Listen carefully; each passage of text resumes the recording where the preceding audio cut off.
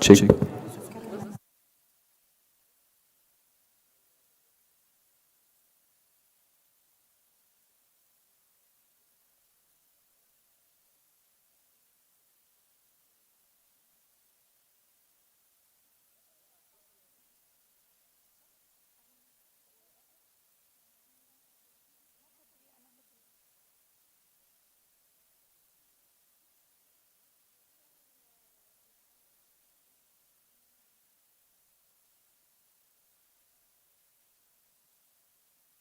تشيك.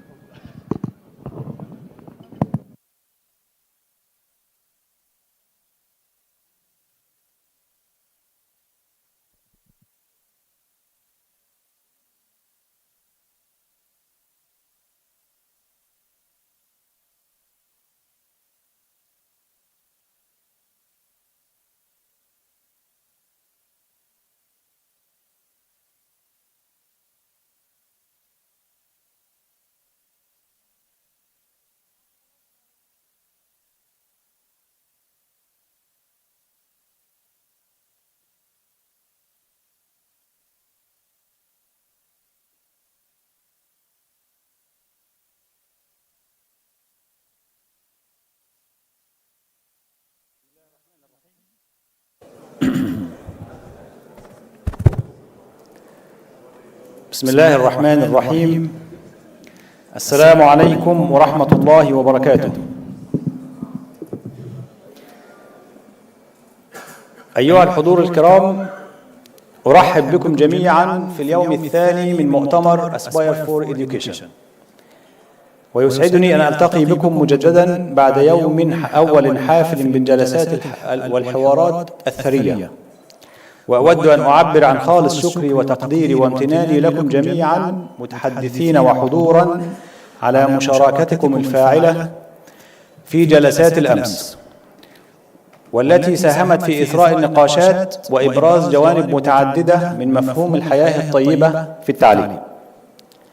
وقبل أن أبدأ برنامج اليوم، أود أن أذكركم بعدة أمور عملية مهمة. أولا، توجد مجموعة من مخارج الطوارئ في هذه القاعة، وأيضا مخارج طوارئ في القاعات الأخرى التي بها الجلسات العلمية والأوراق. هناك أيضا دورات مياه للرجال والنساء قريبة من القاعة، وكذلك في الطوابق بالأسفل حيث توجد الورش. كما يمكنكم الاستفادة من المقاهي المخصصة للتواصل في الطابق الأول والثاني. وندعوكم أيضا لاستخدام التطبيق الخاص بالمؤتمر لتخصيص جدولكم واختيار الجلسات التي تناسب أولوياتكم.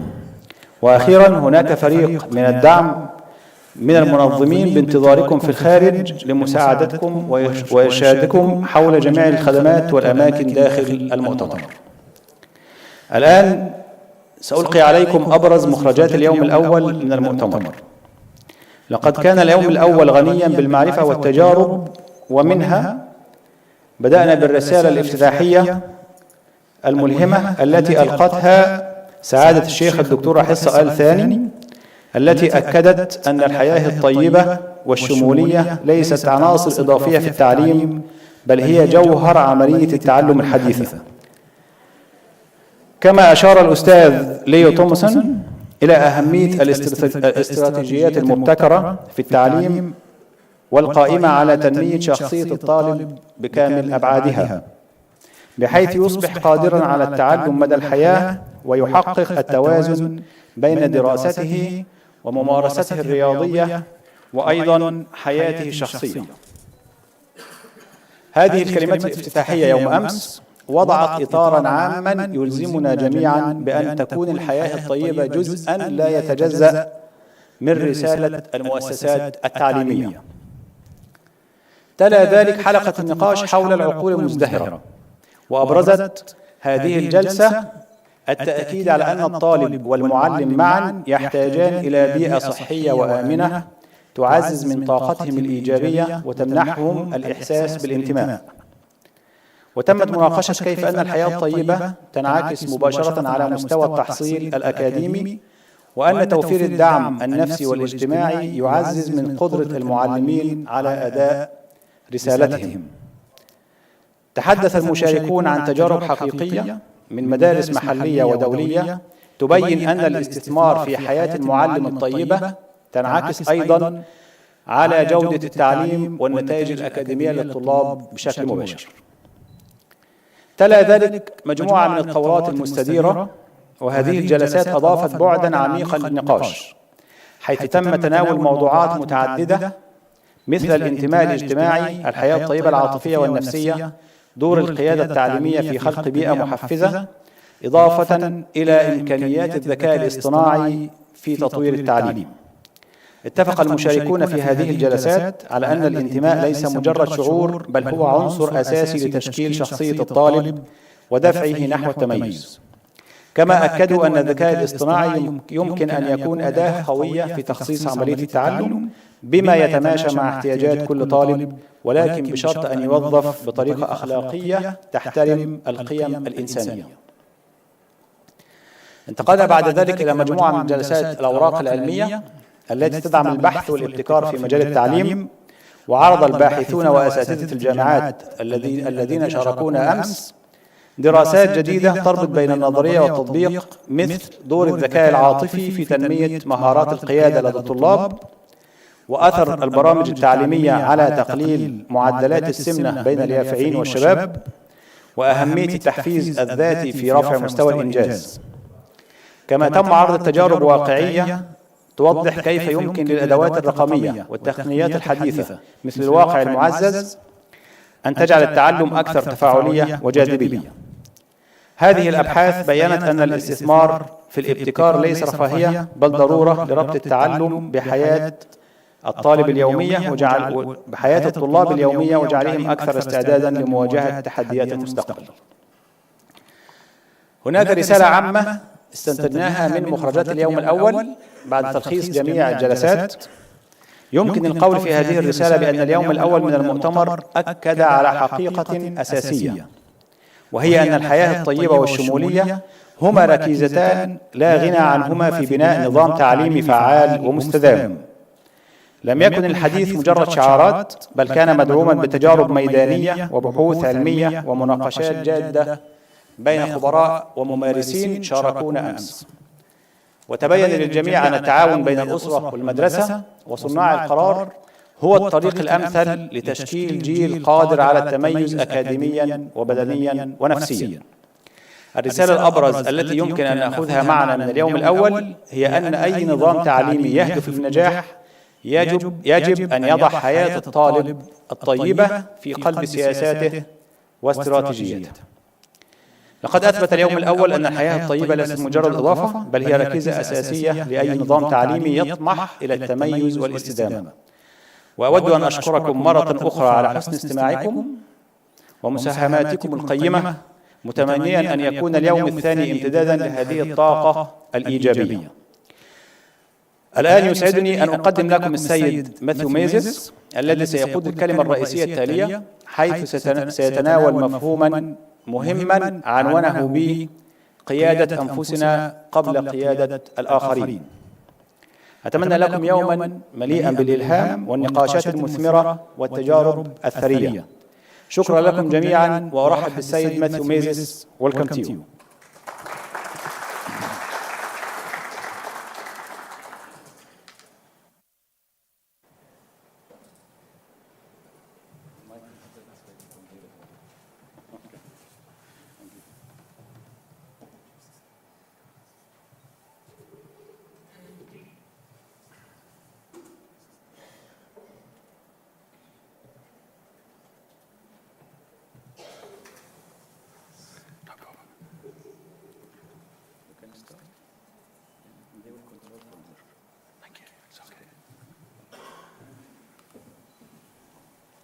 Assalamu alaikum. It's an absolute privilege for me to be with you all this morning as we continue our journey towards prioritising well-being in education. So this morning is about you. It's also about you, and it's also about you. So let me be absolutely clear about this. the best investment you will ever make is in yourself. Our well-being is integral to how we feel about our jobs as leaders and teachers, how we perform at work, and how we interact with our colleagues. Being in positive well-being will empower us to be at our best, to maintain positive professional and personal relationships. It will help us perform at our very, very best. And that is why this morning we are focusing on you and your leadership. Because if we lead ourselves well, we will lead others more effectively too. To give you some context about why I am delivering this presentation this morning, I thought it appropriate to give you a little life history of me. I started my working life as a physical education and sports teacher. I absolutely loved everything about inspiring young people to be the best they could be. I firmly believe that total education is education of the mind, the body, and the soul. I think elite sport is a really powerful metaphor for success in schools. There are some striking parallels. Let's think about that for a moment. Success in sport is very similar to success in schools. You have fierce competition, sometimes winning or losing by the smallest of margins, setting short-term and long-term goals, targets, strategies, tactics, coping with pressure, coping with stress. The worlds of elite sport and success in schools continually rely on the ability to move performance to highest levels. After my time working in education, I took the opportunity to go to New Zealand. I was appointed senior leader in 2 contrasting schools. Initially, I worked at Maclean's College, a very high-performing school, motivated students. But then I took the opportunity to go across town to Howard College, which was a school of 2,700 students, and the school was underperforming.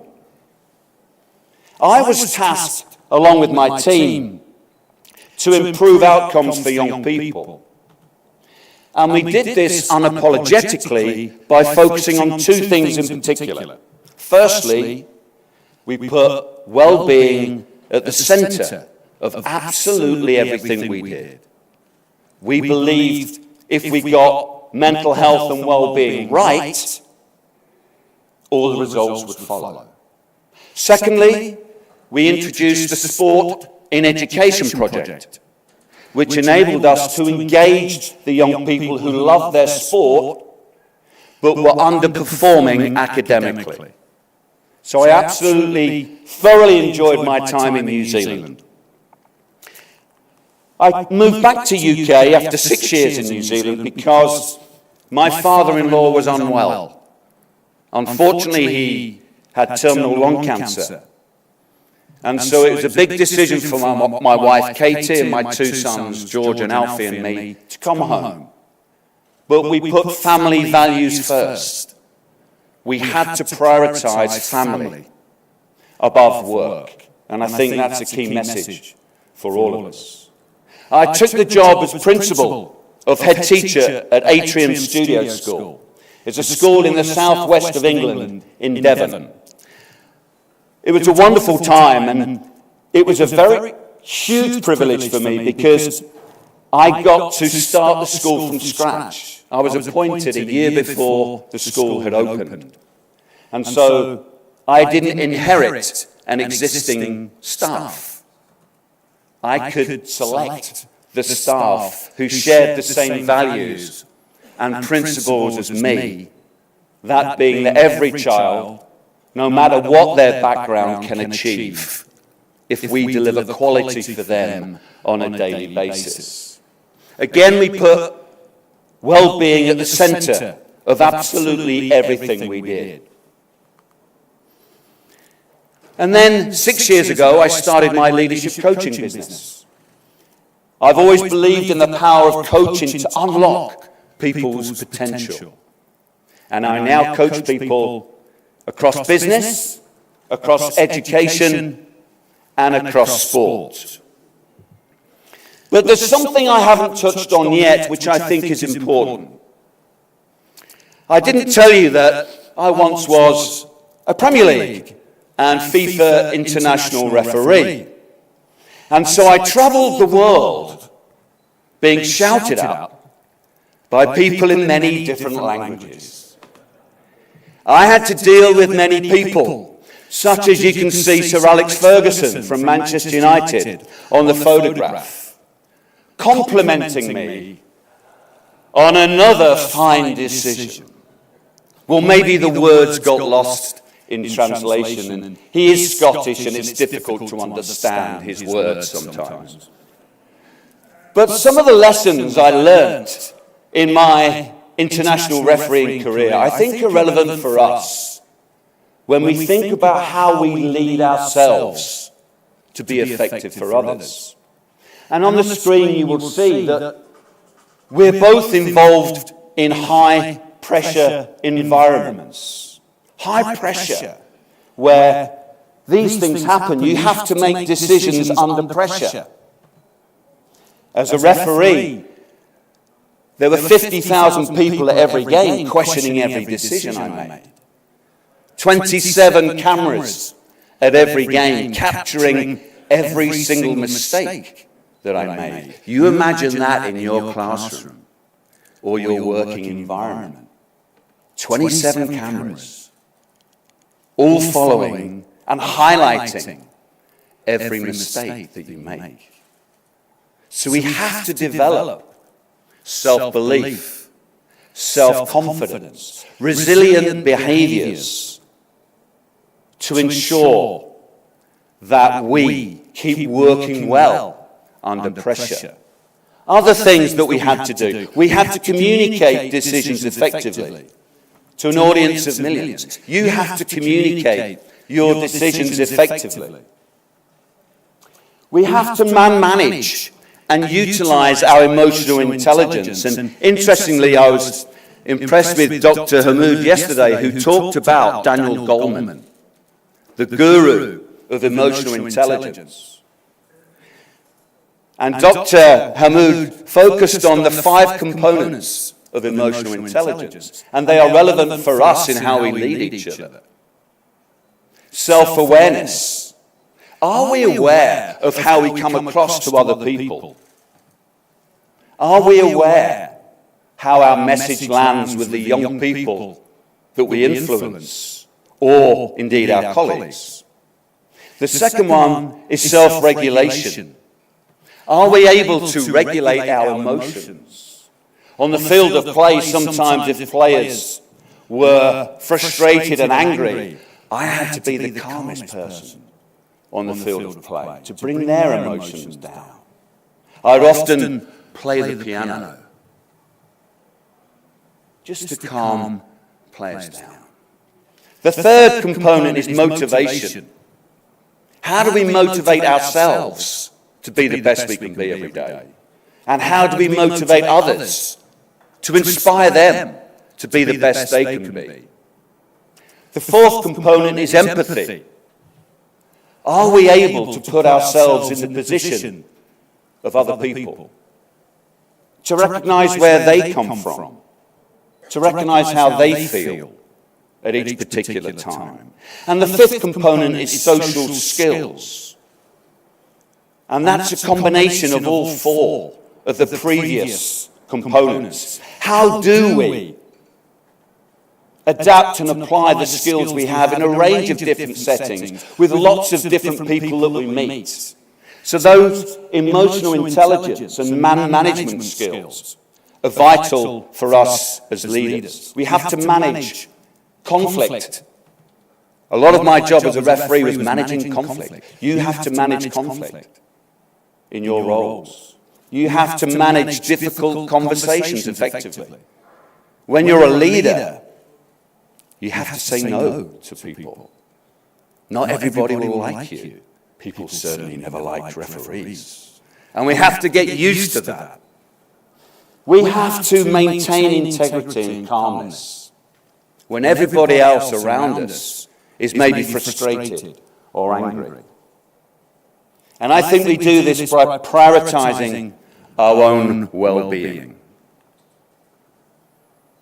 I think we all work, as I did on a football field, in what we call a VUCA environment. It's volatile, uncertain, complex, and ambiguous. And it can be all of those things in the first 10 minutes of your day when you walk into school. That's what makes working in school so exciting.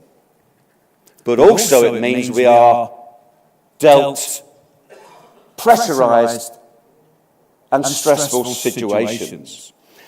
A certain amount of pressure can be good for us if it galvanizes us into energetic and productive action.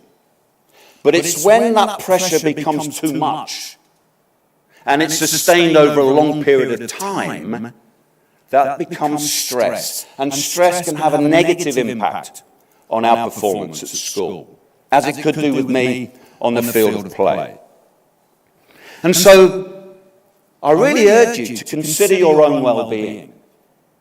And I liken working in schools with the build-up of pressure and stress to an old car. And I know there are not many old cars in Qatar anymore. But you remember back when you used to have an old car. Sometimes you'd be driving along and on the dashboard in front of you, a warning light would come on. And you might say to yourself, if I just ignore it, it will go away. But it didn't. Other motorists might be telling you to slow down, but you just carry on. And if we continue to ignore our warning signs, we could come to a grinding halt at the side of the road, and we wouldn't be able to get going again without external help. And we don't want to get there. We need to prioritize our well-being and our mental health. This is quite a shocking statement for many of you. If you don't make time for self-care, make time for illness. Book it in. 6 months, a year, 5 years, 10 years. Your body keeps the score.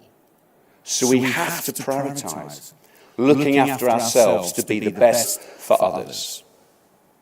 So what I'd like to do right now is follow on the work from Her Excellency Dr. Hesse. She mentioned the 5 pillars yesterday. I have 5 F's that contribute to our overall well-being. And I'm challenging you now to think about how you are in terms of your 5 F's of well-being. The first one is food. Have you ever stopped to think what food is? Why we eat it? What it does to us when we eat it? Food is the most powerful drug on the planet. Food is medicine. It is the ultimate tool we have to combat chronic illness. If we want to perform at 100%, we have to fuel our body every day with energy-giving, nutritious, whole food. How is your food intake? The second F is fitness. We all have the knowledge that we need to exercise on a regular basis. Lots of educators tell me, Matt, I don't have time. But we all have 24 hours a day. We all have 168 hours a week. Some of us can prioritize our fitness. We have the knowledge, but sometimes we do not follow up with the actions. So I ask you to consider, do you take your own well-being seriously? Do you exercise on a regular basis? The third F is focus. You could have the very best, the ultimate nutritional intake. Your exercise regime could be phenomenal, but your brain is the saboteur. Your brain says, you always give up. You'll never follow things through. You never stick with things. And our self-dialogue is negative. Our mindset is negative.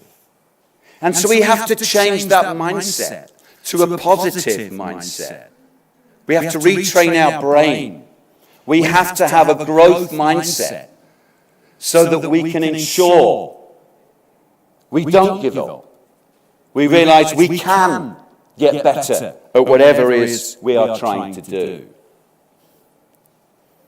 The fourth aspect to our overall well-being, beginning with F, is friends and family.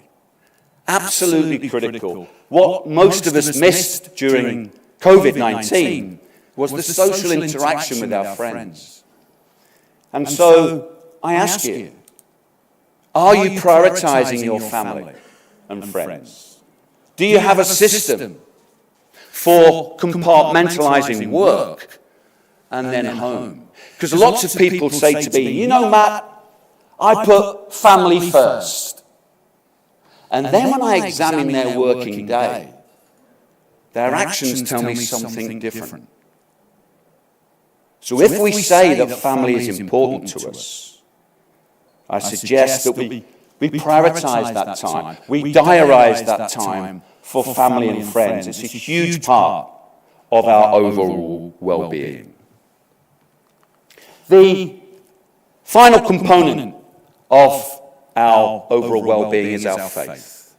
Faith is important for so many of us, whatever our faith is. It gives us meaning, purpose, direction in life. It teaches us the values of love, gratitude, forgiveness. And all of those things are so critical to our overall well-being. And so I urge you this morning to consider those elements, the 5 Fs. And is there one where you think to yourself, yeah, I need to focus on that to improve how I show up every day at work? And you may be thinking to yourself right now, why has Matt put a photograph of a toothbrush and toothpaste on the screen? Well, this is about our habits. Mr. Leo Thompson asked us yesterday to consider our energy management systems, which I think is critical.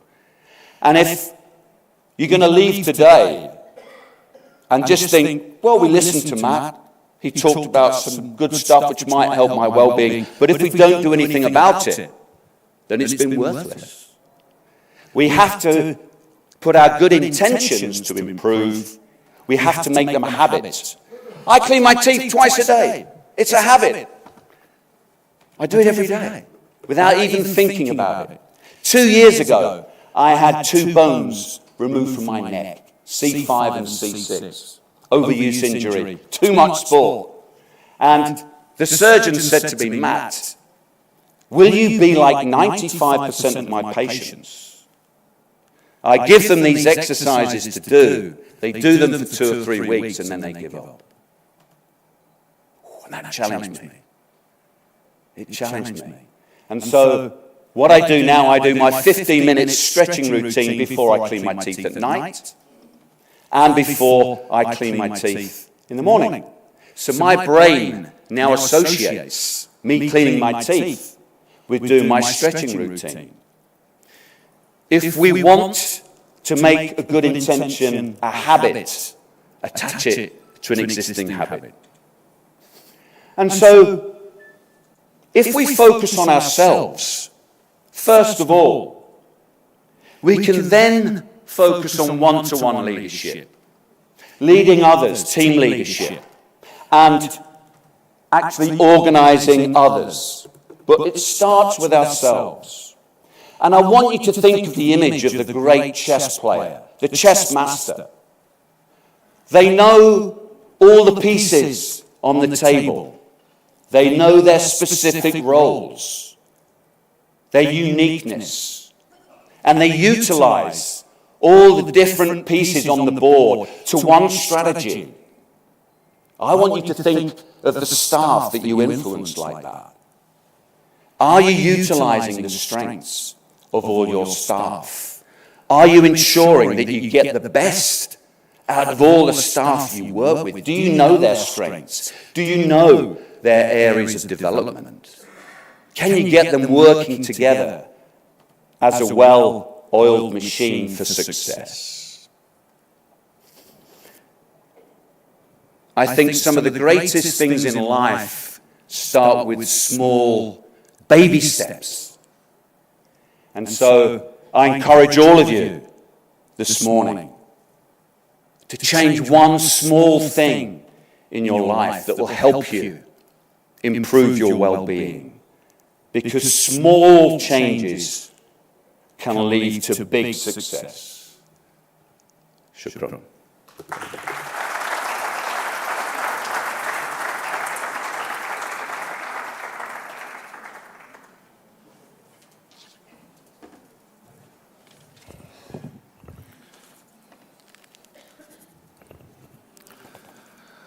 الكلمة الآن للبروفيسور فالتر دي سالفو من إيطاليا، وهو يشغل منصب مدير أداء كرة القدم والعلوم في أكاديمية أسباير واتحاد كرة القدم القطري منذ عام 2010، ويشغل منصب أستاذ في جامعة روما منذ عام 2002، ومنذ العام 2016 تم تعيينه رئيساً لأداء كرة القدم في الاتحاد الإيطالي لكرة القدم. Welcome.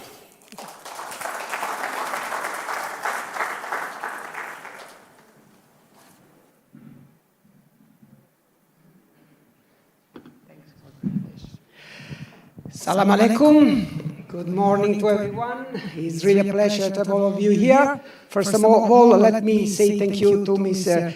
Jassim and Mr. Badr to invite me. Also because for me it's important today to be here because I would like to transfer something that I have inside. Well-being is not my main topic in my career, but I think that it's important now to give my feedback. It's a practical feedback because I come from the beach, I come from the grass, and I hope that you will take this one as a suggestion to improve what you're doing. A few months ago, UEFA called me for to be part of one program called Take Care. It was a program based on 6 episodes on important physical activity, nutrition, mental health, and some other topics. They asked me to be the leader of these physical activities, the important physical activity, to write a white paper, a podcast, a program. It was important for me to go deeper in this topic, but the most important thing is that big institutions, UEFA, FIFA, and you guys, are touching this key problem in our society. Our society has changed completely in these years, and it's important to reshape our concept, see the problem from another perspective, and to try to apply practical examples. Okay. So just, I think that I received the introduction in terms of bio, what I did. I would like to add something that yesterday, since 15 years that I'm working this unique structure and institution as Aspire Academy, but in my career I'm also proud to training 7 of the best players in the world that received the Ballon d'Or. Yesterday, Dembélé won the gold ball.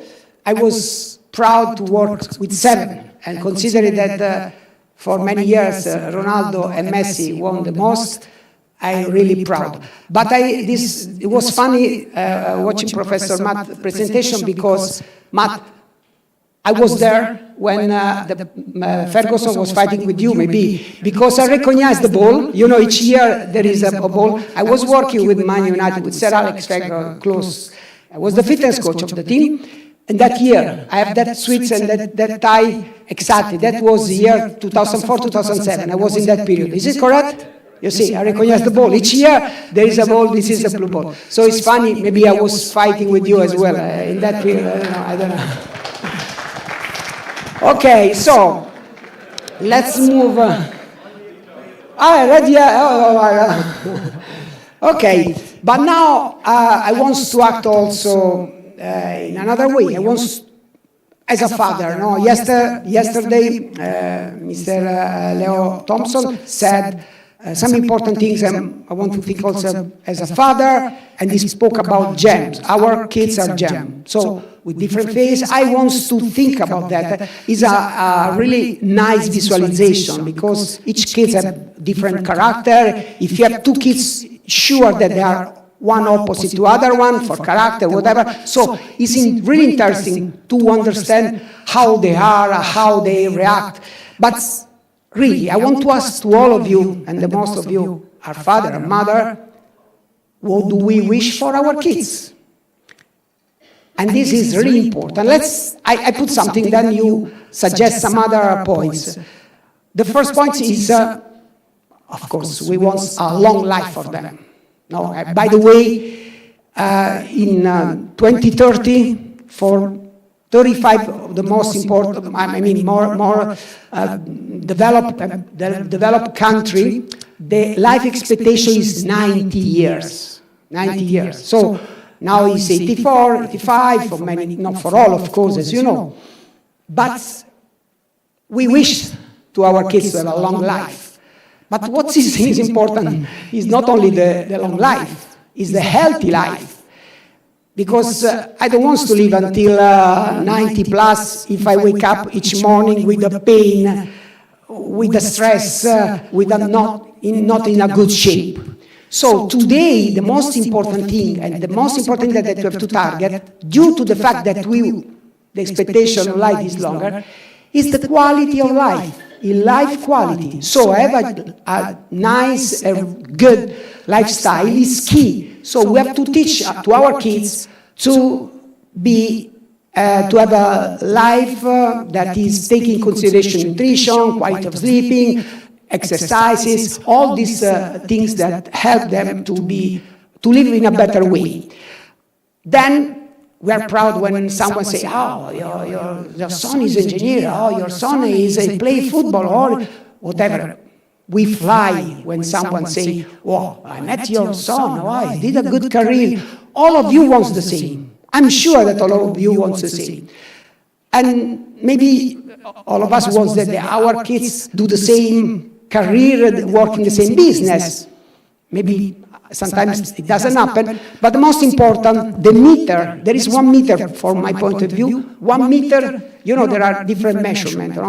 In Europe, we measure in a meter, in US, in an inch, a yard, whatever. But there is the same meter that measures if we are doing well or not. Is the happiness. Are your son happy?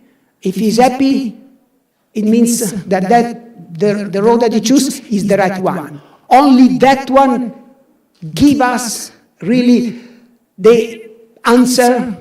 Did it take the right road or not? Doesn't matter if it's the same your career or not.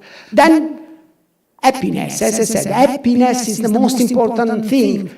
There are people that see the dark. From my point of view, I can take a picture, as the guy that's doing the picture. He's taking a picture, and he's focusing something positive. Not in this case, but maybe. But anyway, life is the same. We can focus in a positive, or we can focus on a negative. It's our attitude. We are positive or negative. I can see problem whatever. Even in this amazing institution, you say, yeah, maybe why they did the blue carpet and not white? There are people that have this attitude. And this is negative. Negative for them, not only for the society, it's negative for them. So teach to our kids to see the positive, to focus as a machine. When you take a picture in a place, you take the beauty of the place. That is a great exercise that we have to teach to our kids. And then, of course, another point is when someone stops you and says, I met your son. Wow, he's polite, he's smiling, he's really well-educated. Really, we keep flying again. So this is what we want from our kids. This morning I was thinking, driving, I was thinking that there is another point that maybe embrace everything. I didn't put here, but this morning that is love. Love, I think that is the key of our life. Without love, we are still in the dark tunnel. Love is for the kids, love for the parents, love for the person that with you come and walk in your life. So the feeling, express the feeling, is another thing that we have to teach to our kids. Don't be afraid to express the feeling. Don't be afraid to touch the person. Popovich, one of the best coaches in the basketball, in the history of basketball, used to say, to be a good coach, first, touch your player. Touch. Let it feel your hand in your shoulder, as Thompson said yesterday. Second, ask about their life. Third, only after these two, you can train them. And I think that is a big lesson for us. They are not machines, are not the car that you leave to the garage to repair. They are people, and they feel if you are with them, or you are just a teacher, or you are just a fitness coach, or whatever. So I asked GPT to say, what it means well-being. And of course, he gave me all the answer, because he said, the topic of this conference is well-being. So I said, let me ask something. And look, the points, emotional well-being. Look how it's nice. It involves self-acceptance, optimism, and emotional balance. Emotional balance, key aspects. So remember, emotional balance. Physical well-being. Having good health, vitality, and energy to engage fully in life.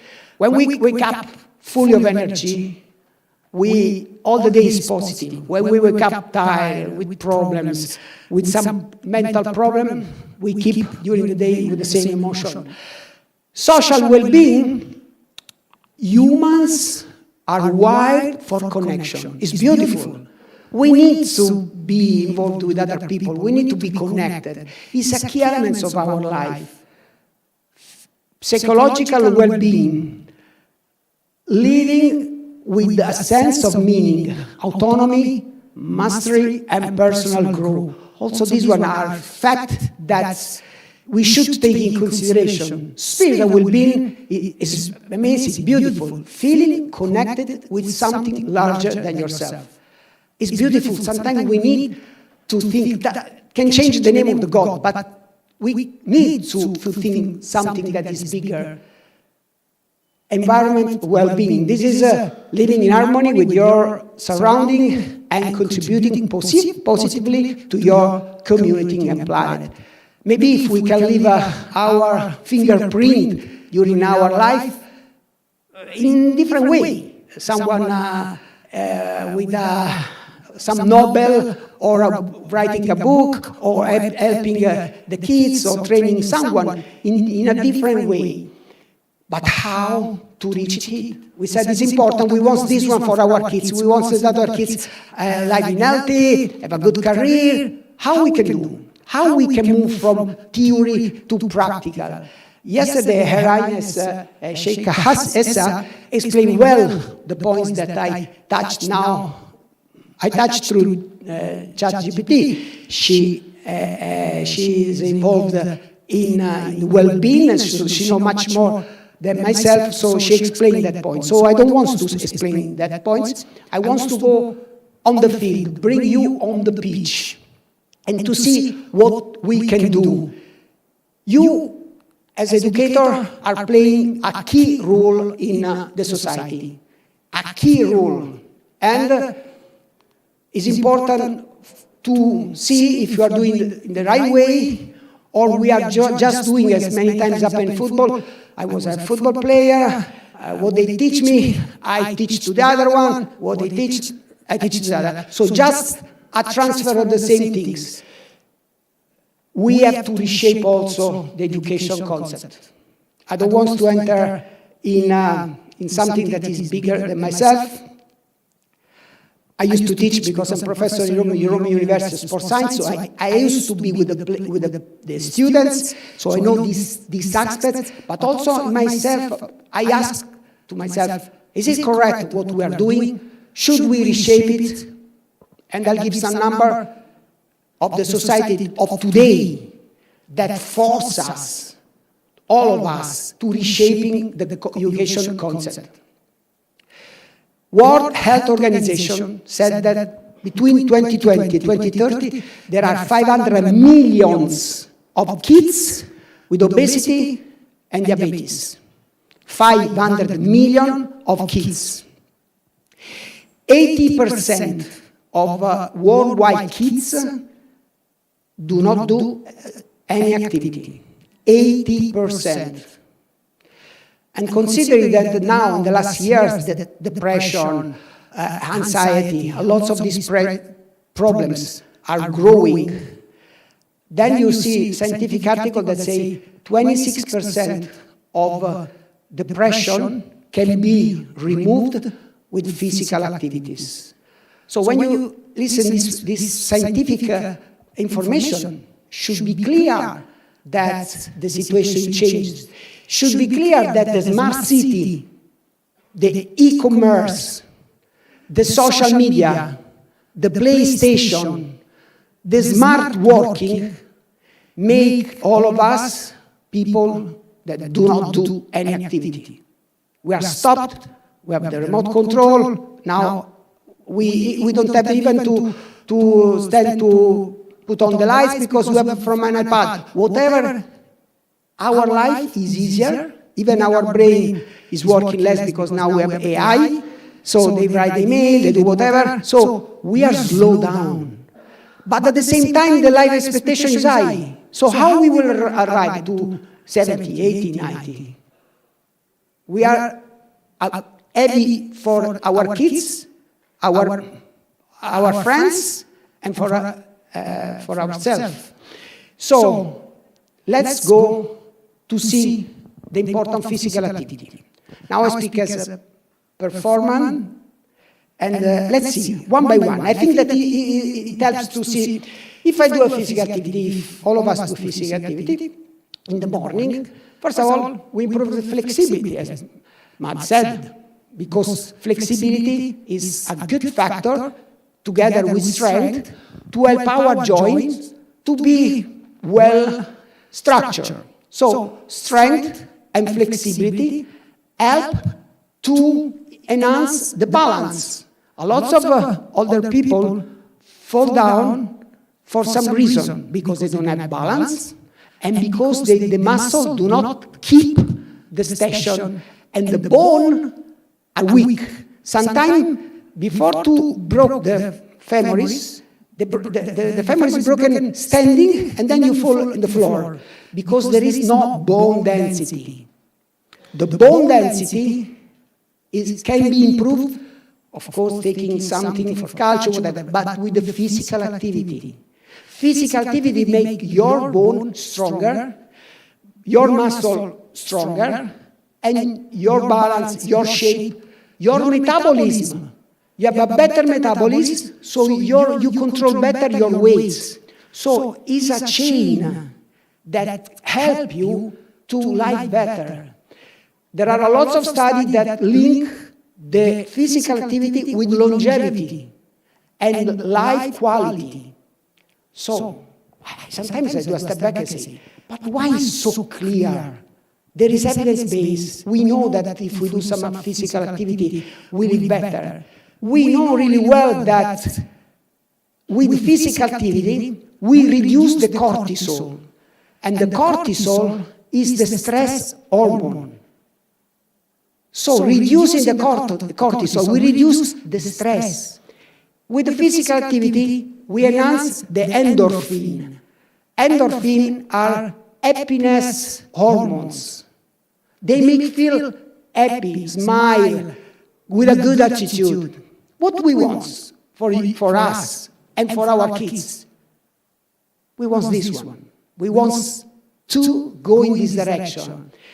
But as we said before, we are aware, but we have to act.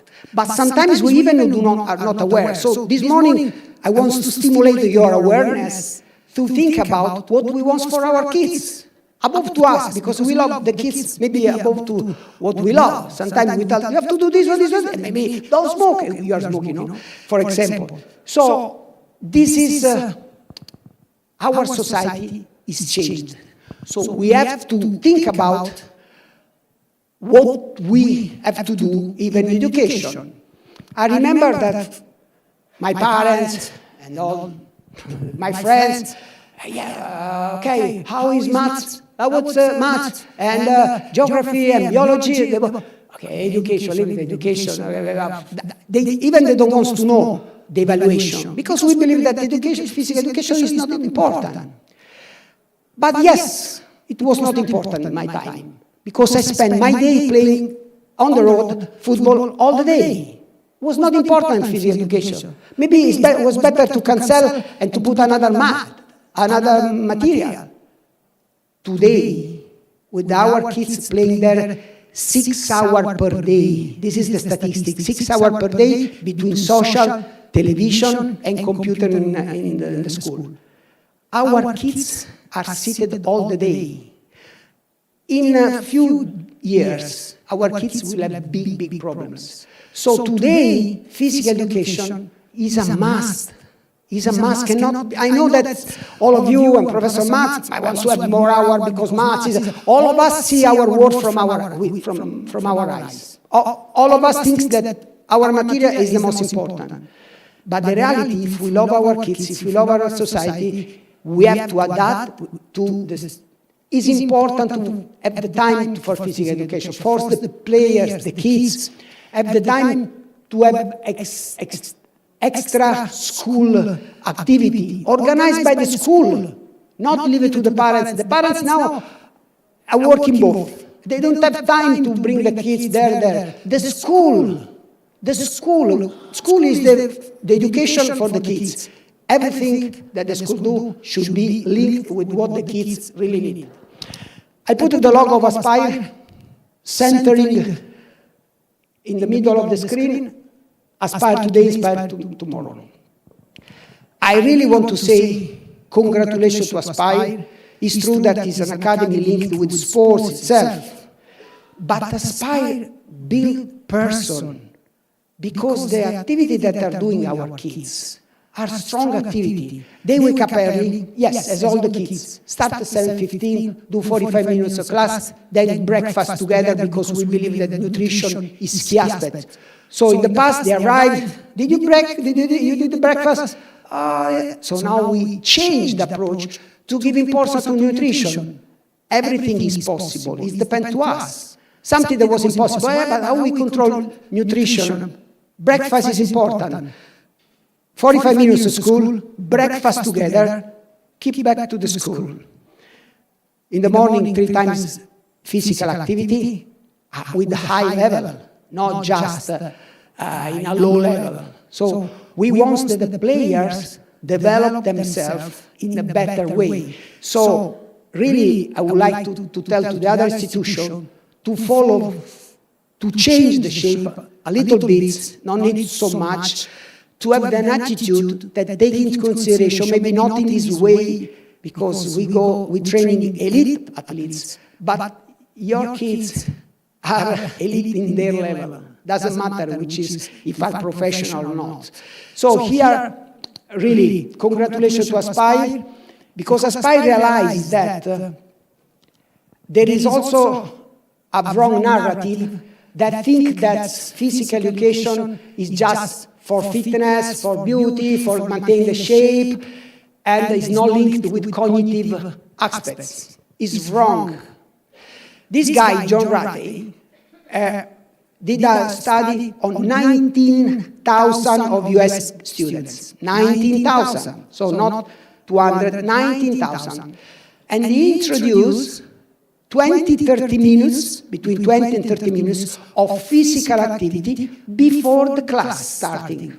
So in the morning, 19,000 players, students, started with 20-30 minutes of physical activity, and then immediately after started the class. You know the results? That they improved, they were much better than the other guys. Of course, they worked with a control room, study, was someone did it, someone didn't. So they were more active because the brain received the blood. Receiving the blood with physical activity, memory was better, and the cognitive aspects were more activated. So the effect of physical activity is not only on the body. This is something that we have to remove from our mind. As I said before, anxiety is linked with activity or not. But there are many other things that are linked with the benefit of not only of the physical activity, but the sports. I will finalize my speech explaining you, or not more than explain, give my feedback on the difference on physical activity and sports. Sports is something that give additional value, more than just a physical activity. I go in the gym, I do my exercise, I enter routine. But for your kids, for our kids, we have to push them to do sports. Let's see our students.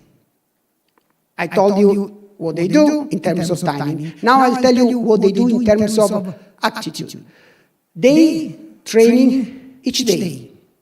So they are committed. Each day they have to do something. They have to organize their plan for study and do sports. So they learn how to manage the time. They go there and they learn to live in a context. To them, there to have their position, because I'm a defender, another a forward, I have my commitment and cope with my commitment. I'm there learning the hierarchic aspects. There is a coach that tells this one, there is a captain, there is this one, there is a referee. I learn a lot of this one.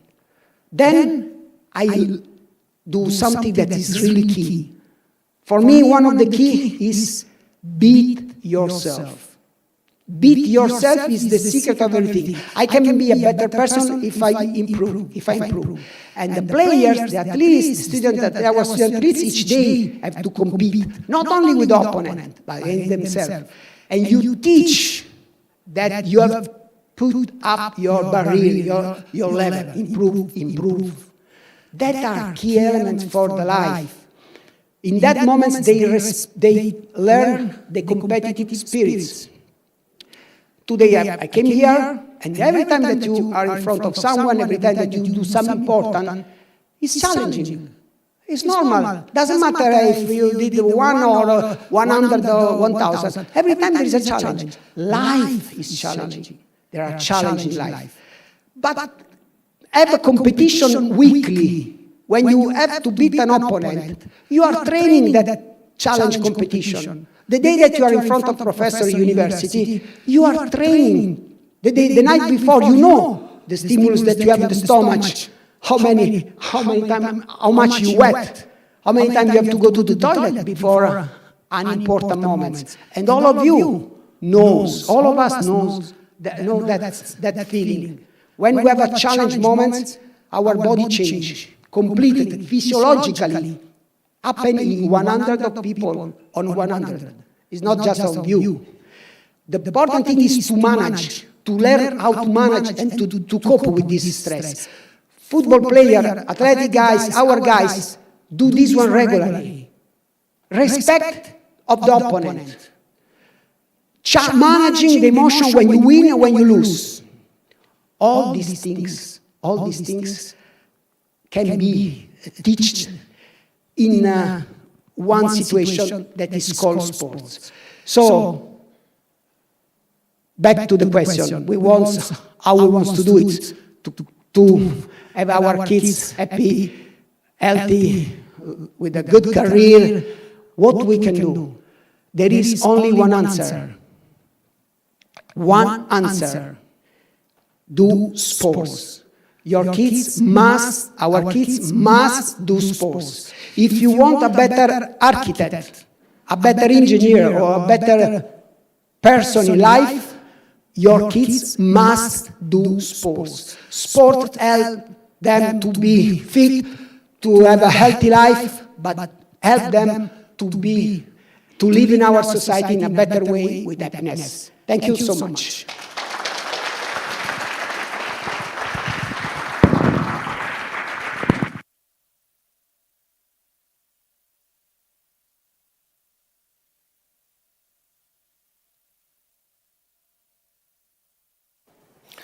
الحضور الكريم، نرجو منكم الآن التوجه إلى جلسات الأوراق البحثية في الغرف المخصصة والمسجلين فيها، وطبعا فريق من الموجهين سوف يساعدونكم للوصول إلى هذه الغرف، على أن نعود إن شاء الله تكرما إلى هذه القاعة الرئيسة جميعا بإذن الله في تمام 10:10 حيث ستبدأ جلستين رئيستين مهمتين استكمالا لأعمال مؤتمرنا في اليوم الثاني، وبارك الله فيكم.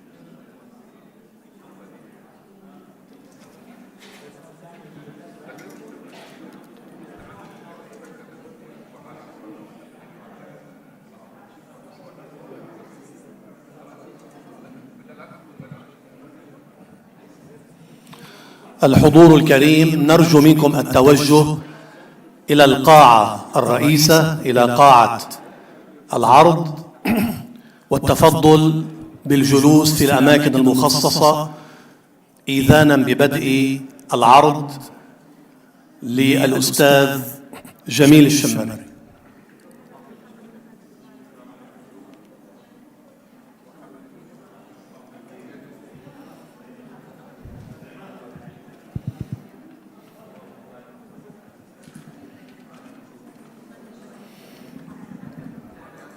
الحضور الكريم مجددا، نرجو منكم التفضل إلى القاعة والجلوس في الأماكن المخصصة إذانا ببدء العرض التقديمي للأستاذ جميل الشمري.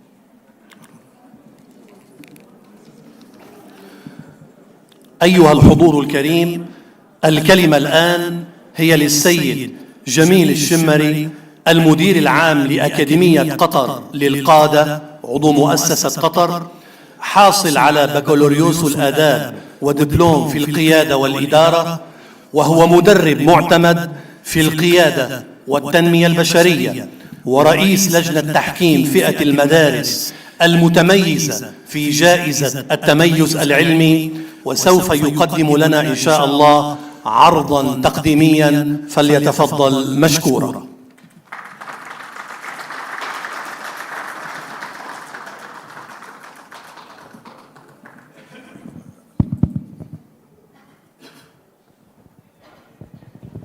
بسم الله الرحمن الرحيم، الحمد لله والصلاة والسلام على أشرف خلق الله سيدنا محمد وعلى آله وصحبه وسلم أجمعين. أولا الشكر الجزيل لإدارة سبيار على تنظيم هذا المؤتمر الرائع، شكرا جزيلا على عطائكم، شكرا على 4 سنوات مميزة في هذه الدورات التدريبية، وشكرا على 20 سنة سابقة وأكثر في إثراء ميداننا التعليمي والتربوي بالكوادر الرياضية والتربوية المميزة. صراحة من أمس يعني استمتعنا كثير جدا في الأطروحات، استمتعنا كثير جدا في العروض التي قدمت، وأنا اليوم تكلمت قلت لو كان في أيضا إن شاء الله تعالى توصيات خاصة نتبناها من خلال الأطروحات التي عرضت أمس، سواء من بداية الكلمة الافتتاحية في إثراء الحياة الطيبة من سعادة الشيخ الدكتورة حصة بنت حمد بن خليفة، وكذلك المحاضرين الآخرين سواء الدكتور أحمد العمادي أو المجموعة الأخرى. صراحة كانت يعني إثراءات مميزة في الجانب التربوي اللي احنا ننشده كمجتمع مدرسي. اليوم احنا نقدم تجارب، ولكن هذه التجارب لن تكتمل إلا باكتمال المنظومة التعليمية الرياضية القيادية أيا كانت في مجالها الواسع بشكل عام. اليوم إن شاء الله تعالى راح نتكلم عن تعزيز الشمولية والتنوع والعلاقات الإيجابية في المجتمع المدرسي، وحبينا يكون تسليط الضوء على نموذج معين وهو أكاديمية قطر للقادة. هذا النموذج طبعا بفضل الله سبحانه وتعالى ثم شركاء التميز زملائي الكرام وأيضا أبنائنا الطلبة سعينا فيه تقريبا منذ أكثر من 6 سنوات في تعزيز هذا النهج، سواء في بناء العلاقة الإيجابية، في بناء أيضا الشمولية، في التنوع، حتى يكون لدينا إثراء. وكما نقول دائما فإن التنوع ثراء وأن الشمولية قوة لبناء مجتمعات مدرسية قائمة على العلاقة الإيجابية والحياة الطيبة، سواء لأولياء الأمور أو كذلك الطلبة أو كذلك المعلمين أو الموظفين بشكل خاص. هدفنا أن يكون مجتمعنا المدرسي بيتا يشعر فيه كل شخص بالانتماء والولاء لهذا المجتمع. قد يكون أيضا يجب أن يحتفى دائما بالإنسان قبل الإنجاز، دائما نسعى أن يكون احتفاءنا بمن قدم هذا الإنجاز، وهو الإنسان الذي قام فيه، سواء معلم، إداري، تربوي، مدير، عامل، أيا كان مسماه الوظيفي، يجب أن يحتفى به كشخص. احنا صراحة نفتقد كثير وشغوفين جدا في تكريم الأشخاص فقط بغض النظر عن إنجازاتهم التي يحتفى بها. تبنى العلاقات الإيجابية دائما تقود على الثقة والنجاح، تقبل الآخرين، ونبني ثقافة مدرسية شاملة تحول اختلافاتنا المتنوعة إلى فرص قائمة على التنوع بشكل تام. تذكروا دائما أن العلاقة الإيجابية في المدارس تبني مدارس قوية، ونحن ننشد أكبر من المدارس نتكلم عن بناء مجتمع. فإذا بنيت المدارس القوية تأكدوا بأننا نبني مجتمعات مزدهرة في مجتمعنا. فأساس بناء قوة المجتمعات تنطلق من بيئتكم التعليمية، من إثراءكم، وأيضا من عطائكم اللي يكون موجود في البيئة المدرسية. كنموذج كيف حولت أكاديمية قطر للقادة التنوع الشمولي وبناء المجتمع المدرسي إلى روابط إيجابية تقوي مجتمعها وإلى مساحة نابضة بالحياة حتى تكون. اليوم راح نستعرض بعض الجزئيات التي كانت في هذا التنوع. قبل ذلك نشوف هذا المقطع البسيط.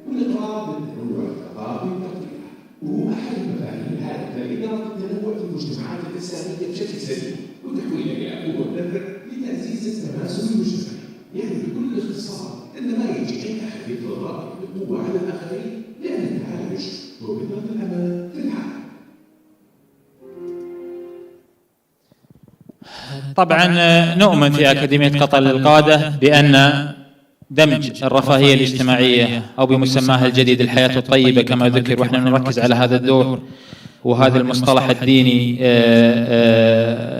المميز. أعتقد له دور كبير جدا في التعليم، أساسا لتجربة تعليم شاملة تركز دائما على التنوع، تركز كذلك على الشمولية، تركز على العلاقات الإيجابية. نتيجة ذلك تجد التقدير والانتماء، ويعزز هذه العلاقات مما يستدعي إلى التعاون والتفاهم، وكذلك يساهم في نتيجة ذلك سواء في النمو الأكاديمي للطلبة أو النمو الأكاديمي للبيئات المدرسية، سواء في الجانب الأكاديمي في خلال منافساتها المختلفة في المسابقات المحلية أو الدولية بشكل خاص. فأعتقد في إيماننا في ذلك نسعى إلى تكريس ذلك من خلال التعاطف وأيضا الاحترام، حل التحديات لبناء مجتمع مدرسي قائم على هذه العوامل، تكون دائما العلاقة أو التنوع فيها هي الأساس لبناء هذا المجتمع المدرسي. طبعا من مفاهيمنا في تكريس الحياة الطيبة ركزنا على 3 جزئيات. لما تكلمنا عن التنوع تكلمنا عن تعريف مبسط من اختلاف خصائص الأفراد وجهات نظرهم، سواء مثل القدرات أو العرق أو الجنس أو العمر والتوجه أو الخلفية الاجتماعية والاقتصادية. احنا نستقصد فيها ليس فقط الطلبة ولكن أيضا حتى الموظفين بشكل خاص. الشمولية نعني بها تهيئة بيئة يشعر فيها الموظف، يشعر بها الشخص الذي داخل هذا الميدان التربوي بالتقدير والاحترام أيا كان مسماه الوظيفي، مع تمكينهم من الإسهام بمواهبهم المختلفة من خلال أو وجهات نظر متعددة حتى تساهم بإعطاء دور أكبر في ذلك. العلاقات الإيجابية هي روابط قائمة على الاحترام والثقة والدعم بين أفراد المجتمع، وتوفير بيئة تشجع على التعلم، وكذلك التواصل الفعال في الميدان التعليمي أو المدرسي. طبعا كيف كان أثر ذلك في العلاقات الإيجابية، وكيف حاولنا أن نكون عندنا مساحات أكبر للإبداع والابتكار من خلال 6 عوامل رئيسة. راح نتكلم عن جزئيات معينة وأمثلة بسيطة في هذا الجانب، من خلال أولا تعزيز الابتكار والتنوع والإبداع من خلال اختلاف الخلفيات الثقافية والتي تولد أفكار جديدة وحلول مبتكرة. طبعا لدينا في الأكاديمية والله الحمد كموظفين أكثر من 28 جنسية، كل شخص من خلال خبراته المتنوعة يثري العملية سواء بأفكار في الجانب الأكاديمي، الجانب الثقافي، أطروحات، نماذج معينة، آليات مختلفة. رفع المشاركة والرضا بشكل عام، دائما الاستبيان أو التغذية الراجعة التي دائما ننشدها سواء من المجتمع نفسه أو كذلك من أولياء الأمور أو أيضا من الطلبة والموظفين. عندما يشعر الأفراد بالتقدير يزداد الحافز والإنتاجية والالتزام. في آخر إحصائية في نسبة رضا أولياء الأمور والله الحمد في آخر 3 سنوات كانت النسبة ما بين 90 إلى 94%، وهذا شيء دافع كبير جدا يعطي عطاء أكبر للعطاء أو للعمل الذي يقوم به زملائنا في الأكاديمية. خدمة أيضا أفضل للمجتمع المدرسي من خلال التنوع يعكس المجتمع ويساهم على فهم احتياجاته كذلك بشكل أعمق من خلال الاحتياجات المختلفة. وإحنا دائما لدينا مشاركات مجتمعية مختلفة، نتكلم عن سواء تدريبات، سواء مشاركات مع وزارات الدولة المختلفة، التطوع بشتى أنواعه في ذلك. أيضا برامج القيادة الطلابية المتنوعة، هذه البرامج السنوية أكثر تقريبا من 12 برنامج قيادي يقدم في الأكاديمية، نهدف فيه دمج الطلاب من أفكار في مجموعات قيادية مختلفة حتى يكون لهذه الجماعات الطلابية أو هذه المرتكزات لها دور سواء في المعسكرات الداخلية أو الخارجية، وكذلك الأنشطة والتدريبات المختلفة سواء داخل الدولة أو خارج الدولة. عززت هذه الأربع وأيضا نقطتين أخريات مساحات أكبر للإبداع والتفوق بعد ذلك. أيضا لدينا الفعاليات الثقافية والشراكات المجتمعية من خلال تنظيم أكثر أنشطة تشمل جميع الفئات والثقافات المتعددة سواء في اليوم العالمي للتعليم أو سواء يوم الثقافات العالمية أو كذلك المشاركات. هدفنا من هذه المشاركات ليس فقط المعلومة، ولكن يجب أن يكتسب الطالب، يكتسب الموظف كاريزما خاصة، يكون لديه أيضا إلمام خاص مختلف حتى يساهم بشكل أكبر. المبادرات المختلفة سواء اجتماعية، ثقافية، رياضية بشتى أنواعها، مشاريع التطوع كذلك، البيئة والخدمة المجتمعية والدعم الإنساني لطلابنا، واستفادة المراكز أو الجهات أو الوزارات الحكومية من الكوادر الطلابية ودورهم المميز في ذلك. سواء يعني كنا العام الماضي في أمن الملاعب، أصبحت الطلبة هم الذين يقومون في هذا الدور المجتمعي، كذلك في يوم الهوية والتراث، كذلك المشاركة مع وزارات المختلفة للطلبة، المشاركات الخارجية في المناسبات الثقافية خارج الدولة نتبناها مع وزارة الثقافة والشباب كذلك. فالعديد ولله الحمد. هذه حاولنا قدر الإمكان بهذه النقاط أن يكون لدينا تنوع شامل في البرامج والأدوات، لا نقتصر على الدور الرئيسي أو التي نطبق بها الرؤية، وهي رؤيتنا اليوم نعد قادة القد. لا نركز في الجانب القيادي، ولكن أيضا يجب أن نركز في الجوانب الأخرى التي تكون لها دور أكبر، لأن بعد ذلك من خلال هذه الأدوار من خلال الدراسات لاحظنا أن الفرق الإدارية لديها نطاق أوسع من الخلفيات العلمية والعملية، أصبحت لديها منتجات أكثر أو نتاجات أكثر ابتكارا وتنوعا وشمولية وعطاء للمجتمع. كذلك بيئة العمل دائما التي تعلي الجانب الإنساني للموظفين أو أولياء الأمور أو الطلبة لا تكتفي بتحقيق الرضا فقط، بل تدفع الإنتاجية إلى مستويات أعلى وبشكل ملموس. تمكنت الأكاديمية من تعزيز الشمولية وبناء علاقات إيجابية من خلال موصوفة تشتمل على 6 جوانب رئيسة. هذه الجوانب التي نسعى لها دائما من خلال التعاون والحوار، من تعزيز التواصل المتاح للموظفين، لأولياء الأمور، للطلبة، للمجتمع كذلك. معلمون أقوياء، رفاهية تعليمية من خلال تدريب وتزويد المعلمين بالتدريب اللازم، سواء التدريب القائم على المعرفة، التدريب القائم على أيضا الأطروحات الجديدة. احنا اليوم أمس كان في أحد النقاشات يتكلموا عن الذكاء الاصطناعي، دور الذكاء الاصطناعي. احنا لابد الآن أن نوجه تعليمنا التقليدي إلى مستويات أعلى مما نحتاج في تدريباتنا. احنا اليوم الطلبة اعتمادهم على سواء الشات جي بي تي أو أيضا كذلك على الذكاء الاصطناعي دور أكبر، أصبح مع احترامي لهذه الكلمة أكبر من المعلمين، يعني أصبح يبحث عن المعلومة أسرع من المعلم بعد ذلك. لكن إذا كان لنا دور كيف إحنا أيضا نواجه ذلك؟ إحنا اليوم نمر بمرحلة العولمة، أصبح العالم قرية صغيرة. إذا لم نكن قادرين على أن نواجه ونسارع ونساير هذا العالم بهذه الطريقة، أعتقد سنكون في رتمنا التقليدي البحث. يجب أن يكون التعليم والتعلم الآن في مراحل سريعة. التعلم يمر بمراحل سريعة جدا. احنا كنا قبل سنة تقريبا نسمع عن شات جي بي تي، اليوم نتكلم عن شات جي بي تي بلس، وأيضا في أبجريد على كثير من البرامج. فالتدريب أيضا يجب أن يغير من الأسلوب التدريب التقليدي إلى تدريبات أكثر واقعية وأكثر مسايرة للحياة العامة. التعاون والشراكات من خلال بناء علاقات مع منظمات المجتمع المدني، المجتمع المحلي أيضا التي لها علاقة في تنمية أبنائنا الطلاب.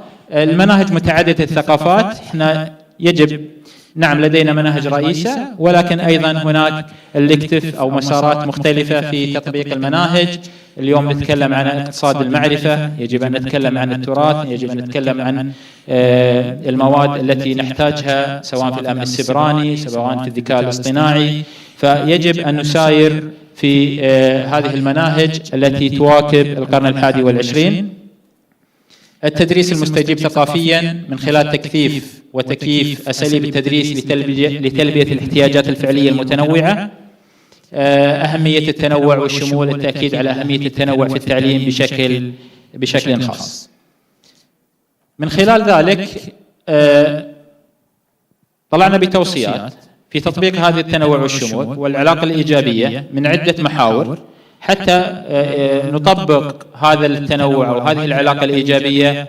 من خلال يجب وجود سياسات داعمة، لوائح وقوانين تنظم العملية سواء التعليمية، وأيضا تشكل في شمولية التعلم وأيضا التنوع والعلاقات الإيجابية. من خلال أيضا التكاتف، التأكيد على أهمية التعاون والتكاتف بين أفراد المجتمع المدرسي وأيضا بين أفراد سواء إذا كان في وزارة التربية والتعليم أو المؤسسات التي لها علاقة في التعليم أو كذلك مؤسسة قطر أو سواء في سبير كأكاديمية. فيجب أن يكون هناك تعاون وتكاتف حتى نصل إلى مخرج رئيس. اغتنام قوة التغذية الراجعة من خلال جمع آراء، ولا يستهان بآراء الطلبة أو أولياء الأمور أو المجتمع، لأن دائما في استبياناتنا العالمية أو المحلية نرى الوجه الآخر من خلال العين الأخرى التي ممكن أن تعطينا التغذية الراجعة لتطوير عملنا وتطوير أيضا أدائنا بشكل أكبر.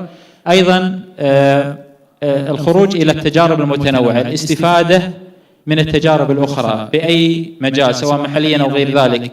أمس كنت أتكلم مع أخوي أستاذ بدر، ما شاء الله تجربة ناجحة جدا في سبير. كيف إحنا نستفيد من هذه التجربة؟ كيف إحنا نستفيد من آليات التعلم التي تقدم سواء في وجود الطلبة؟ اليوم إحنا نشوف مجموعة من المتطوعين الله يبارك فيهم برا يوجهون الطلبة، حتى لو كان الدور بسيط، لكن هذا الدور لن ينساه الطالب لأنه وجه قام على دور أكبر. أيضا يجب أن يكون عندنا معلمون أقوياء، معلم لديه الرأي، معلم لديه القدرة على التغيير في سواء في الفصل الدراسي، في تكثيف أو تكييف الفصل الدراسي بطرق مبتكرة،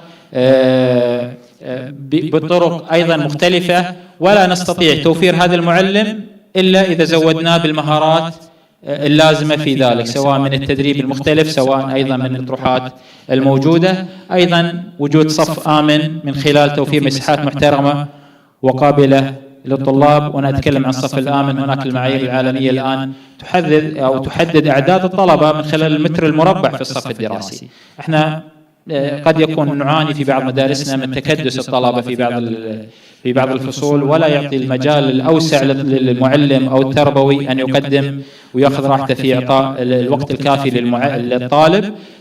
فنتمنى إن شاء الله سواء في مدارسنا الحكومية أو الخاصة أو الدولية أن نوفر مساحات شاسعة للطلبة، يعطي الطالب أيضا الرأي للرد في ذلك.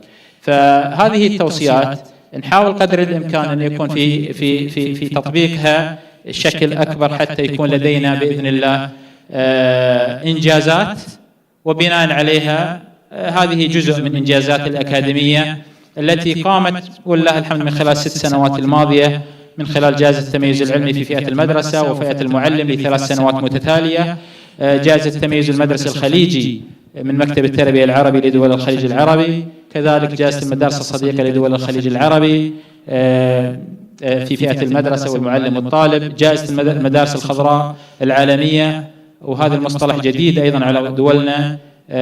أصبحت المدارس الخضراء على مستوى العالم كثيرة. احنا ندعوكم أيضا للانضمام لهذه الجوائز أو لهذه المبادرات، حتى تكون مدارسنا لها آلية في موضوع الاستدامة البيئية والعلم الأخضر، وكثير من المنظمات المحلية منها مكتب أو جائزة قطر للمباني الخضراء تعمق أو تعزز هذه التوصيات، وأيضا جائزة أخلاقنا في مؤسسة قطر. هذه الإنجازات أيضا في الاعتمادات الأكاديمية، حصلنا ولله الحمد على مجموعة من الاعتمادات التربوية، سواء CIS أو أيضا MSA دبلوم الاتحاد الولايات الوسطى، كذلك اعتماد وعضوية مكتب التربية العربي لدول الخليج والمدارس الصديقة، اعتماد وعضوية شبكة المدارس الخضراء العالمية، كذلك اعتماد وعضوية اليونسكو، أيضا اليونسكو في ذلك.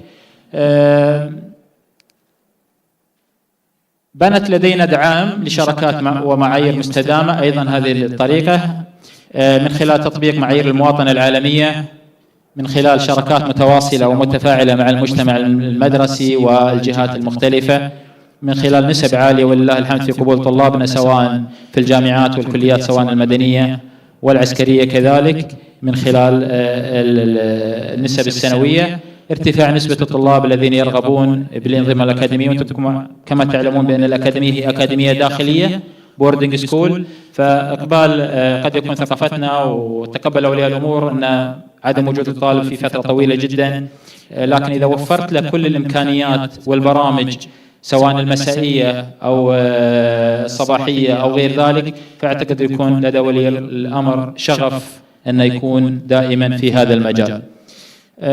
قبل أن نختم، نعرف أن الوقت قصير جدا، نحاول قدر الإمكان نسرع في العملية، ولكن دائما أوصيكم وأقول دائما بأن التنوع قوة والشمولية خيار. ابدأ اليوم بخطوة صغيرة، تحية صديق جديد أو كذلك استماع لشخص مختلف، مشاركة فكرة في المجموعة. تأكدوا أن كل خطوة تقومون بها هي تبني مجتمع صالح وتبني أيضا أسر منتجة في ذلك. دعونا نعمل لفتح قلوبنا قبل عقولنا في هذا المسار، أيضا كذلك نحول مجتمعاتنا إلى مساحات آمنة نابضة بالحياة الطيبة والاحترام للجميع. طبعا هذا الكود للعرض اللي يحب أن ينسخ العرض أيضا موجود. أنا شاكر جدا لضيق الوقت لكم وأيضا برامج المؤتمر، وأعتقد الوقت لو كنا نسب كثير جدا نحاول نستفيد أيضا من زملائنا الآخرين الموجودين. كل شخص في هذه القاعة لديه فكرة، كل شخص في هذه القاعة لديه طرح تربوي، كل شخص يستفاد منه في هذه القاعة. دائما لا تستهينون بقدراتكم، لا تستهينون بأنفسكم، لديكم أفكاركم، حاولوا أن تطبقوها بشكل تربوي مميز. تأكد أن لك أثر أولا من الله سبحانه وتعالى وأجر من الله سبحانه وتعالى في تطبيق هذا الأثر. بعد ذلك أثرك راح يكون واضح، وخصوصا الميدان التربوي هو الميدان الوحيد الذي لا ينسى أو لا ينسى من يتعلم به في أي طرف آخر. الطالب لا ينساك، تأكد، أو الطالب لن تنسى معلمتها مهما كان في هذا المجال. كل الشكر والتقدير لحضوركم، يعطيكم العافية، وآسف على الإطالة.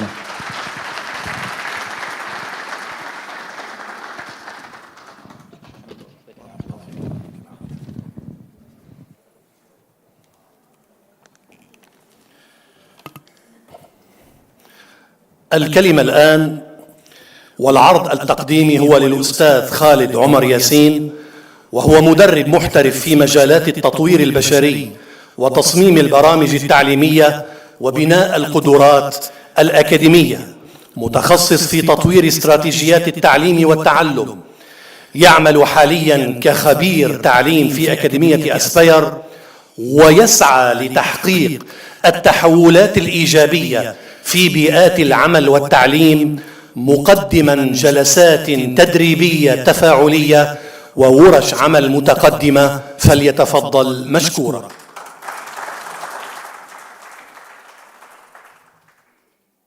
تسلم دكتور، تسلم حبيبي. بسم الله الرحمن الرحيم. السلام عليكم ورحمة الله وبركاته. Okay, you know I'm going to say it again. Assalamu alaikum wa rahmatullahi wa barakatuh. It's always amazing, the collective sound of the group. Thank you all for being here. I'm very happy to be here with you today. And I'm also privileged to be standing and presenting and talking at my home at Aspire Academy. كنت أقول كأن مباراة على أرضي يعني. It's like على أرضي بين الجمهور. My session today is mental health for education staff. But the second part is even more important than the first. It's from awareness to action. And you're going to see that even if you are not a teacher, or maybe you don't work specifically in education, you're going to relate and you're going to find it beneficial. Thank you. I'm going to start with this timeline. This is the average human lifespan timeline. Dr. Walter said in the morning it's like up to 90 years. The reason I'm putting this is if I exclude only the early years, there is no place on this timeline where you can be and you can say, nothing can happen to me in terms of mental health. Or another timeline is the average working years. Same thing applies. There is no years of experience that you might have, and you can say, I am experienced enough, nothing can happen to me in terms of mental health. Now, you might be at an age and experience when you know how to deal with it. Yes, but there's no way that it can never happen to you.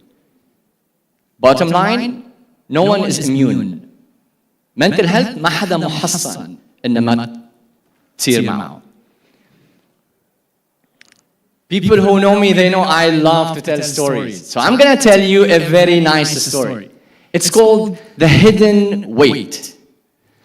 This is a story about two teachers, Mr. Hadi and Mr. Ziyad. Mr. Hadi and Mr. Ziyad are both science teachers, and they are friends. In the department, they sit next to each other, always sharing ideas, discussions, laughs, and around the school, they're always found together, walking in the hallways, walking in the playground, always together. Even their classrooms are next to each other. They go together to the classroom, and they finish.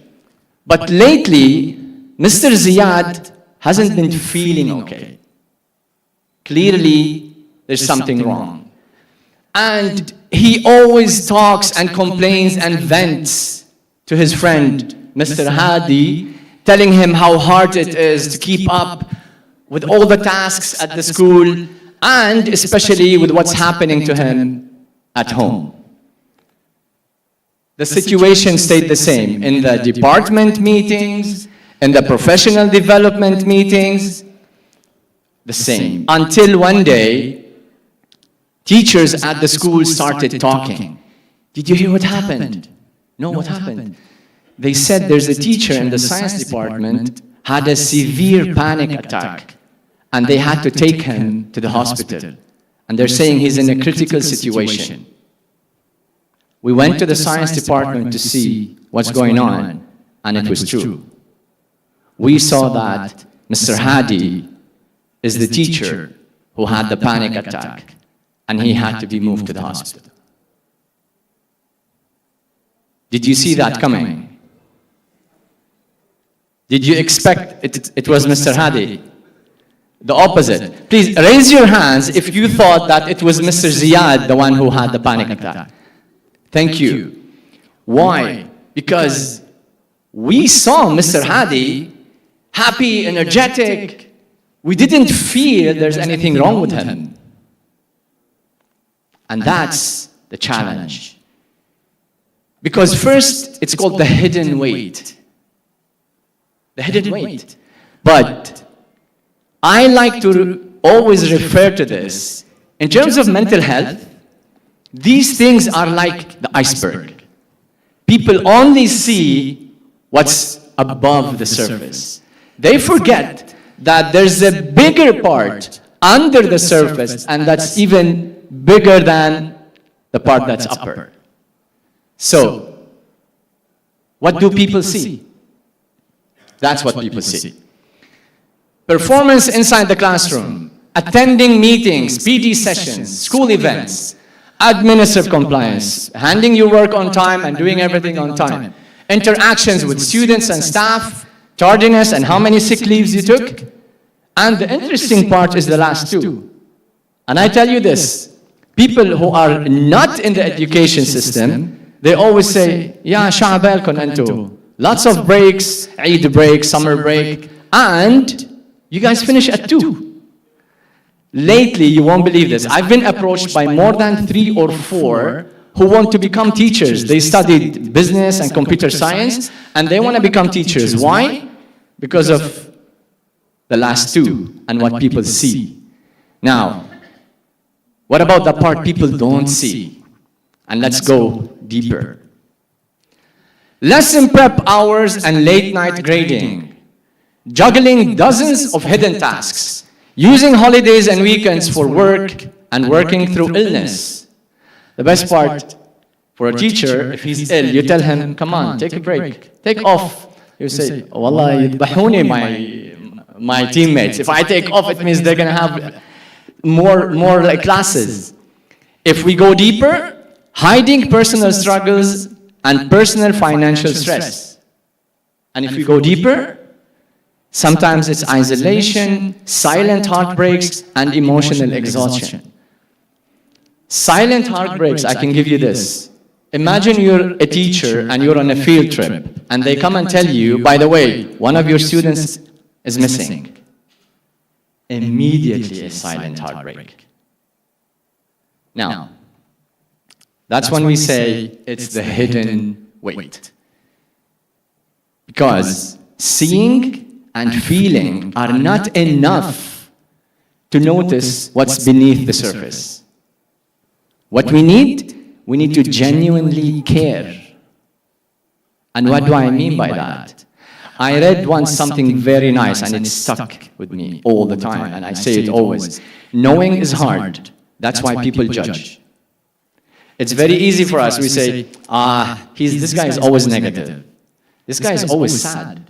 But we don't know what's beneath the surface. Oh, Mr. Ali is always happy, he has it all, he doesn't need, mashallah, he's strong. We don't know what's beneath the surface. And that's why we need to know, we need to care, we need to try to build relationships, gain their trust, and ask to know what's happening. According to the World Health Organization, so what is mental health? They have this definition. Mental health is a state of mental well-being that enables people to cope with the stresses of life, realize their abilities, learn well and work well, and contribute to the community. Okay? It's an integral component of health and well-being.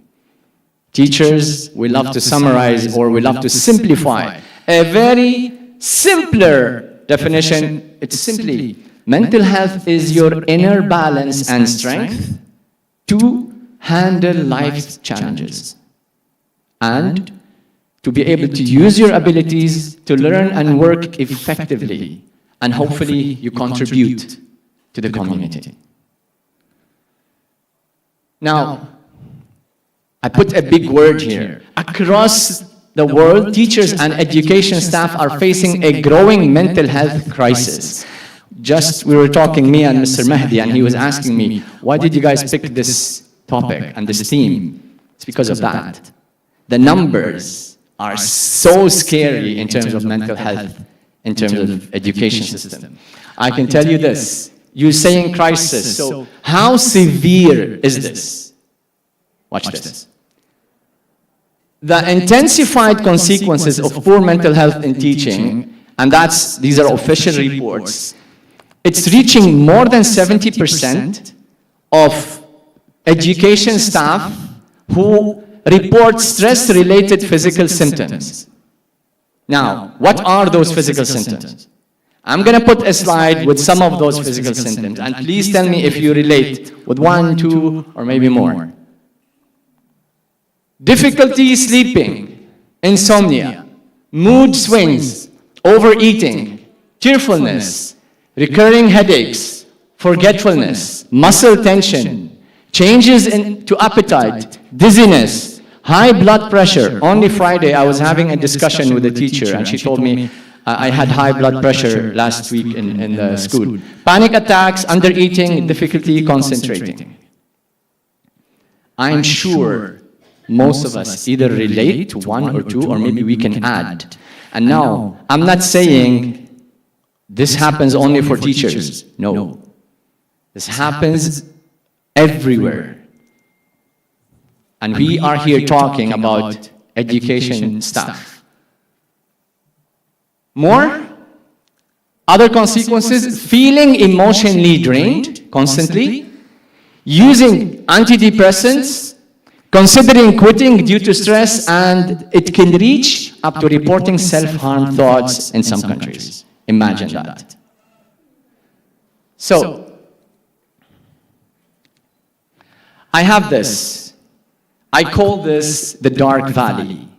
When we are emotionally drained and we are overwhelmed with stress and burnout, we find ourselves going deep in a dark place.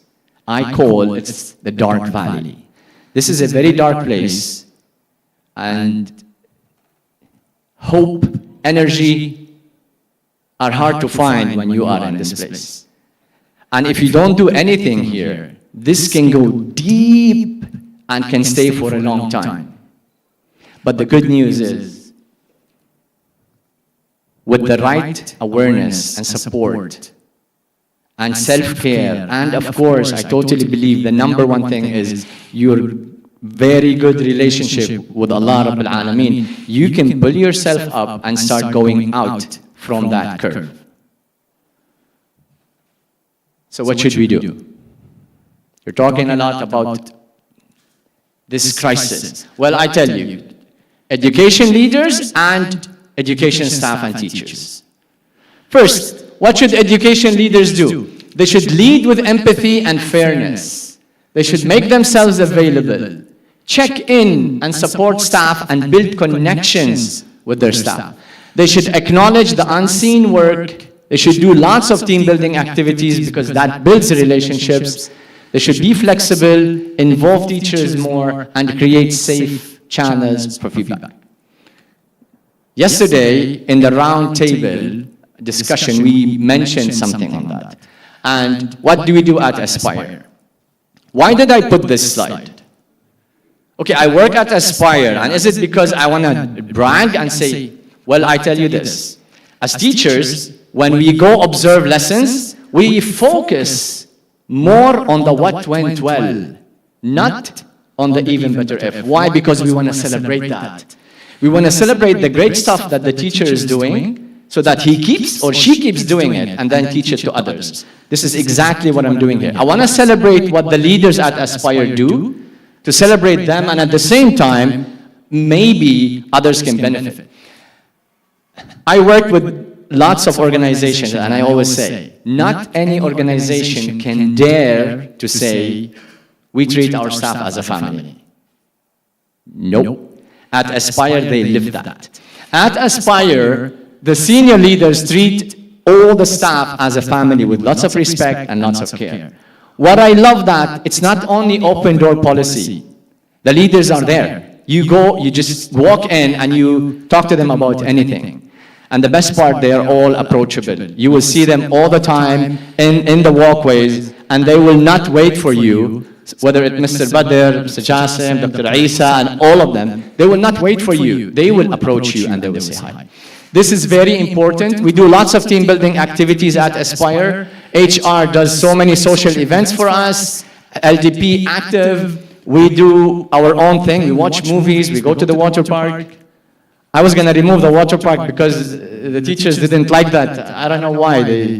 They thought we're going to ask them to go with the suits. But although we used it in the appraisal, I don't know. I was having a discussion with, with Mr. Ra'ad, and I said, well, you didn't go on the high slide, so that's a minus. They value staff and their input because we have all been teachers and we value that. We value what they bring to the table. Mindful, and this is a big one. At Aspire, the leaders are mindful and they are flexible, and we cater a lot to the employees' commitments.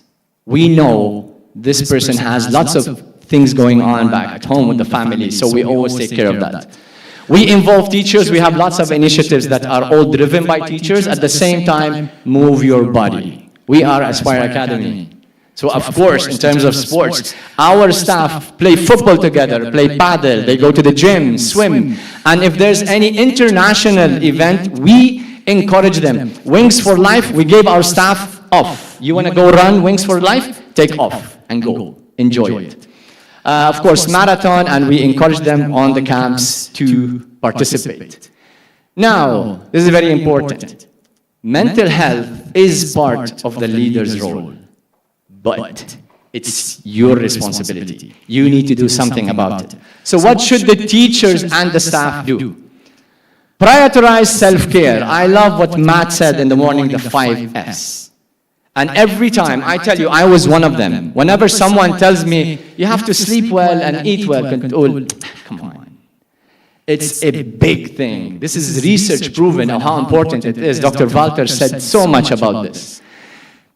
Emotional support and celebrating small wins. I tell you this, from experience, education staff and mainly teachers, before you give them any technical professional development training, you have to give them emotional support. It's more important. It's more important. So you need to have a person, and I said the right people. You need to have the right people where you can go and you vent and you complain and you tell them what's bothering you. And at the same time, you should pick the right people to celebrate the wins. And I always recommend that they are from the education sector because they need to relate. If I go home and I tell my wife, level 9C driving me crazy, they come after the break and I can't control them, she's not going to relate. She's not going to even know how to help me. Even if I go and I tell my husband, there's a student in my class that never talks. Today she came to me after the class and said, I loved your lesson today. That's a big win for you. And also, if they are not in the education system, they will not relate. Very important to choose the right people. Engage in peer support networks. Ask for help is a game changer. Ask for help. We don't ask for help. In this part of the world, we don't. But I tell you, you will be surprised how many people are willing to help you if you just ask for help. Get your body moving. Now, personally, I do that all the time. And just to add, mashallah, Dr. Walter, I can't add to what he said in terms of sport, but I read why everyone keeps saying, move, do sport, it's good for your mental health. When I started researching, I saw that research says when you move your body, your body secretes hormones. They call them the hope molecules. And these serve as antidepressants. Imagine you have a pharmacy inside your body for free, and to use it, all you need to do is just move your body. Go walk, go run, go swim, anything. Work-life balance and set boundaries is very important when you leave work to spend quality time with your family. We have grow circles we're doing now with the staff, And it's so interesting when we ask each other, how do you deal with stress at the end of the week or at the end of the day? 90% of them say, I go and I spend good time with my wife, with my kids, or I go sleep. And still, you're taking care of yourself. Now, speak up. You need to speak up. You need to talk. Now, before I wrap it up, because I promised the guys no way more than 20 minutes, none of us, I'm going to just mention some of the things that I said. None of us is immune. Mahadam Hassan. Mental health spares no one.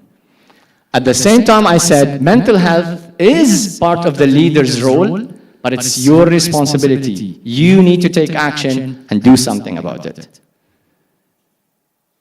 My session was from awareness to action. It's not enough to say, yeah, I know all this. You can say that because we heard it. But you need to take action with all this awareness.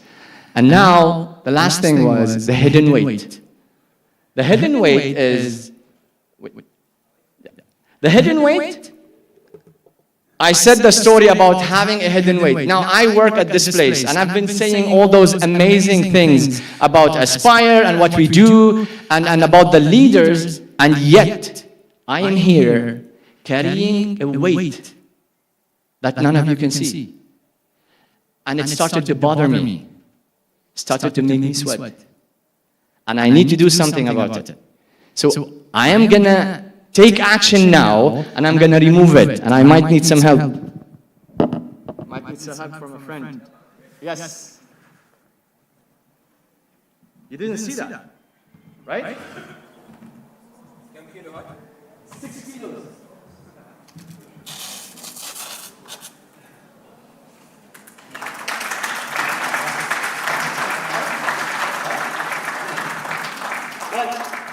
Let me tell you this. This is actually 6 kilograms. And I've been wearing it for an hour and sitting on the couch. When I entered to the room, I did like this on the way entering. One of the participants heard me, and I told him, when you see my keynote, you will understand, because I'm tired. It's really bothering me. And I tell you this, I carried this small hidden weight for an hour, and it made me tired. If I carry this for a day, it will break my back. If I carry this for a week or a month, it will make me sick, maybe paralyzed. So imagine this. Imagine I removed this before my keynote. How much my performance would have been better. People who know me, I never close this, but I have to close it because I don't want you to see. And I can move more, I can use my arms and gestures. Imagine I removed it yesterday. How much my work with my colleagues or with my students, or how much the time I spent with my wife and kids and my friends would have been better. Think about it. And I tell you this. Before leaving, I want to tell you, please take action, speak up, reach out. The moment I said I'm going to need some help, my friend jumped to help me. Both of my friends were ready to come, and those are one of the right people that I come to celebrate the wins and to vent.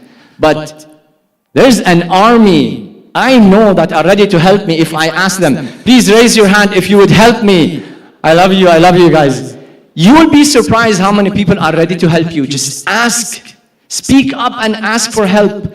And once you do that, yesterday, Elizabeth Kennedy said, fix your mask and then help the people around you. Once you do that, once you're free, check on the people around you. And check not only on the ones you see are tired, check on the ones you think are strong. Because trust me, you don't know. Maybe they didn't sleep all night. Maybe they cried on their way to the school, in the parking, or maybe they cried in the toilet. You never know. Last thing, you remember the timeline, the age and the years. I tell you this, if you don't speak up, if you keep carrying that hidden weight, all your life will be inside the dark valley. But if you choose to take action and speak up, your life can be something like this. It's up to you. You have to choose. And I beg you, choose wisely. Thank you very much for listening. Thank you.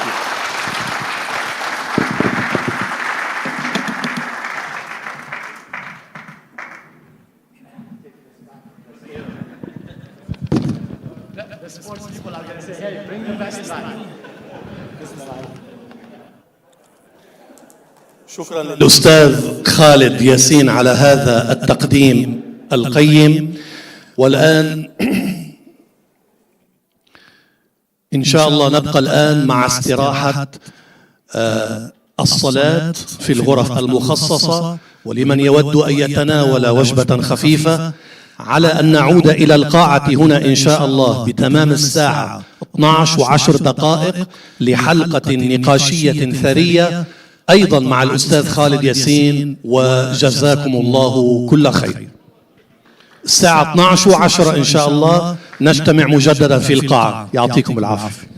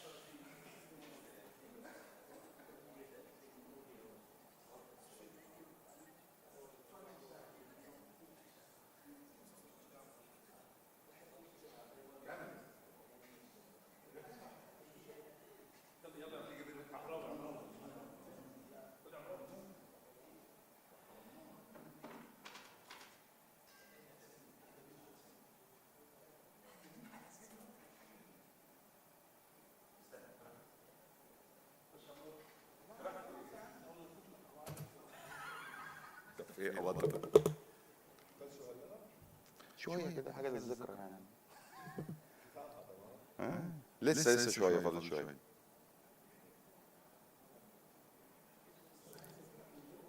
هنا من هنا اتحرك خد راحتك.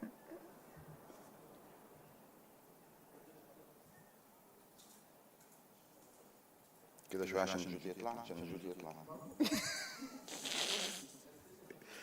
صرف يا جدع انت 800 ريال ده.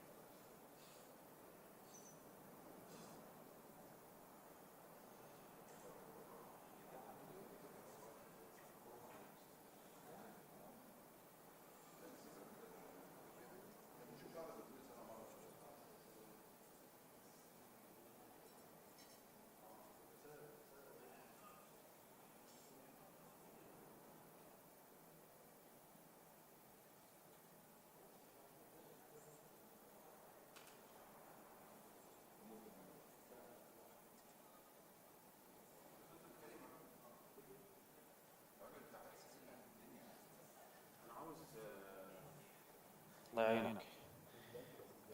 ركلس عشان الساعة 12:10 هتبدأ تشتغل.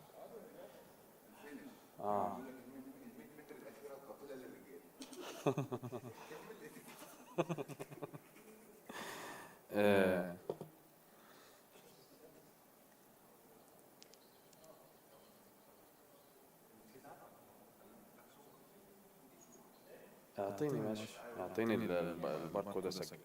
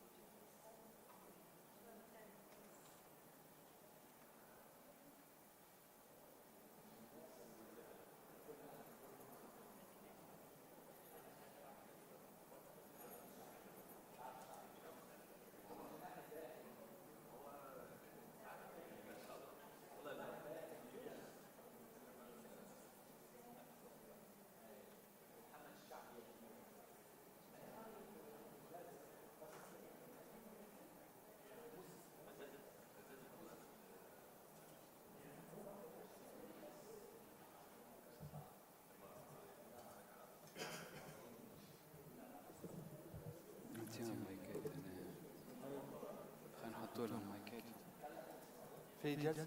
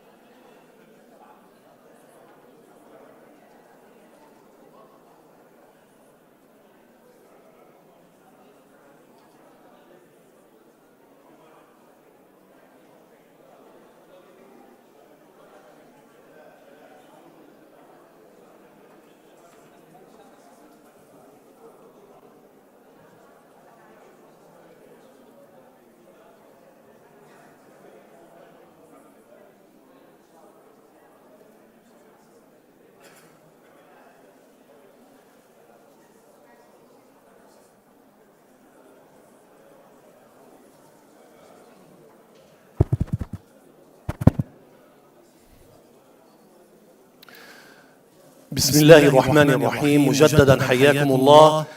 نبقى الآن مع جلسة نقاشية بإدارة الأستاذ خالد ياسين، فليتفضل. شكرا دكتور علي. السلام عليكم ورحمة الله وبركاته. أهلا وسهلا, and I'm happy you stayed in this afternoon. Hopefully it's going to be as informative as the morning sessions, and inshallah even more. I would like to call on stage the wonderful panelists, Mr. Matt Messias, Mr. Mehdi bin Sha'ban, Dr. Muhammad Mustafa, and Dr. Muhammad Al-Anizi. Faddalu.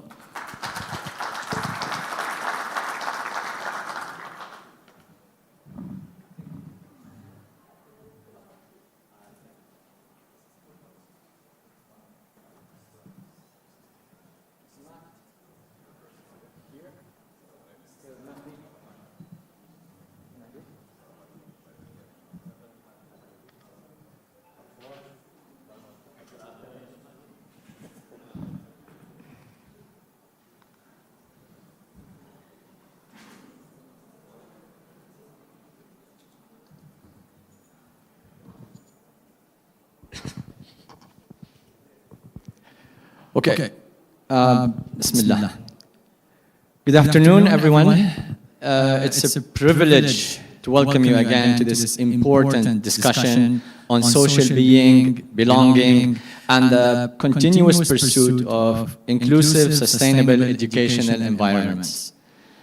As we know, education is far more than just transition of knowledge, and we've been talking about that for 2 days.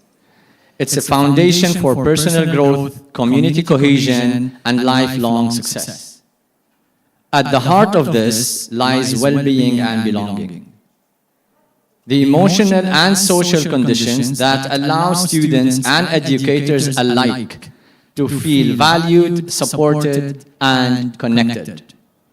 Today, as we explore these themes, we will dive into how schools and universities can create environments where every individual not only learns, but also thrives. Allow me to introduce the distinguished panelists with us today. I'm going to start with Mr. Matt Messias. Mr. Matt is a dynamic leadership coach who empowers leaders in both the private and public sectors. With a background in professional sports and international educational leadership, he combines his unique skill set with the focus on resilience and transformational change. During his leadership journey, Matt qualified as a leadership and resilience coach and a mental health instructor, and now uses these experiences to empower business leaders and senior leaders in education to ensure their actions reflect their values. Big one.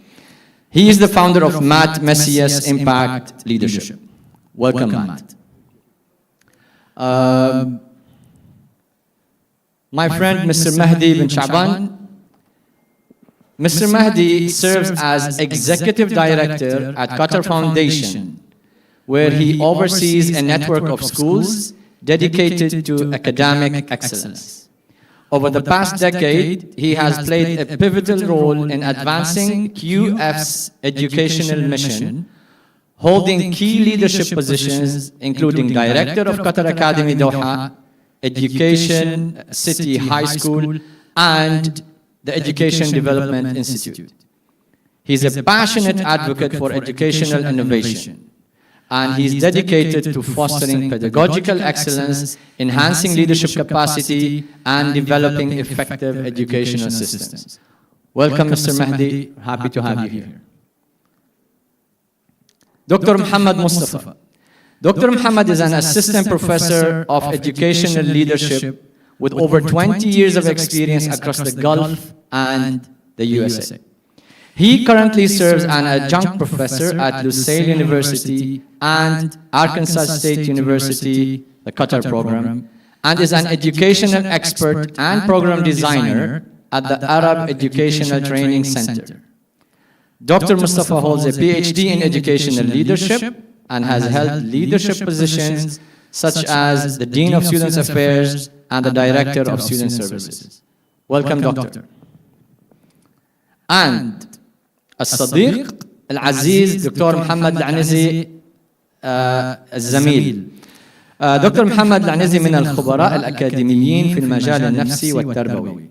حاصل على درجة الدكتوراه في علم النفس التربوي ويمتلك خبرة في مجالات البحوث والمقالات.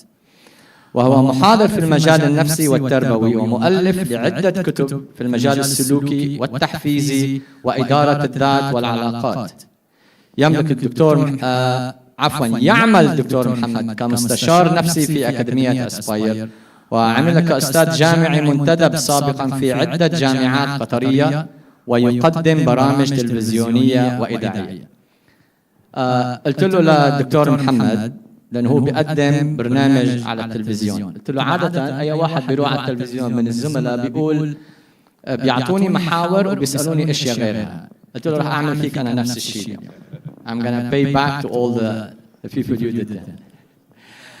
Welcome, I'm very happy to have you, and we're looking forward to some really good discussions. I'm gonna start with you, Mr. Matt.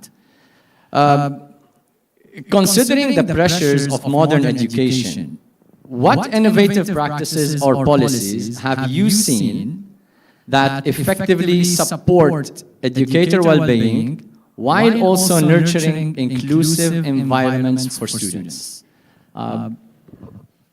Please. Thank you. In my experience across many schools, I think it's not about one particular strategy or another strategy. It's about a whole culture. And therefore, it's really important to embed a positive culture of mental health and well-being across an entire educational institution. And so, to do that, I think that it has to start at leadership and management level. They have to be authentic. They have to drive the well-being agenda. That's absolutely critical. If that doesn't happen, it will be like any other policy or strategy which fails to take off the ground, fails to take root. So leadership and management is really, really important. Secondly, staff need to be trained in how to identify the needs that young people have. What are the signs and symptoms, for example, of mental ill health? And so staff training, staff CPD, staff professional development is critical as well. And also for staff themselves, the teachers themselves. It's not just about them understanding how to spot the signs and symptoms of mental ill health, but as you yourself said, Mr. Khalid, that they have to take responsibility for their own well-being too. So it's a two-way process. Leadership and management, yes, they have a responsibility, but also we have an individual responsibility. I think it's also about listening to our students. That's part of the culture. They receive your education and training every day. They are the best placed people in your schools to tell you what they think and give you honest feedback. So we have to enable student voice. I also think if we want to embed a positive well-being culture, we have to include the parents. We cannot do this in isolation.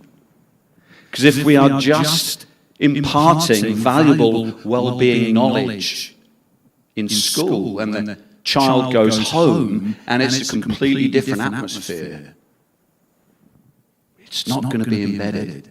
So enhancing communication with parents, getting them on board so they get buy-in and so we can get consistency, I think is absolutely critical. And the final part, if you like, of this overall well-being culture or agenda is we look at our curriculum. We look at how we actually deliver this. Is it a separate subject by itself? on an equal par with mathematics or English or science? Or do we just expect the children to pick it up via a process of osmosis? So we really need to think about how we teach well-being, positive well-being. And I think that is absolutely vital too. That is it a subject by itself? Is it assemblies? Is it, how are you going to do that? And so all of those things, I think, are important. Not one particular strategy, but embedding a whole culture. Thank you so much, Matt. Thank you. And it's a big one, especially when you say enabling the student's voice. And we always bring it back always to the core. And yeah, of course, leadership and teachers, but also that part. And I really like the question is, do we teach it? Is it a separate subject, or we just embed it? Thank you. Mr. Mahdi, from a leadership perspective, why is prioritizing the well-being of teachers and staff essential for improving overall student learning outcomes? Assalamu alaikum wa rahmatullahi wa barakatuh. Bismillah ar-Rahman ar-Rahim. Allow me to thank you, first of all, and thank the Aspire Academy and its leadership for really focusing on this theme. I think we go to conferences and there are always sessions about well-being, and sometimes we sit and we hear these buzzwords and these advices, but then we go back to our organizations and it's very hard to put things together.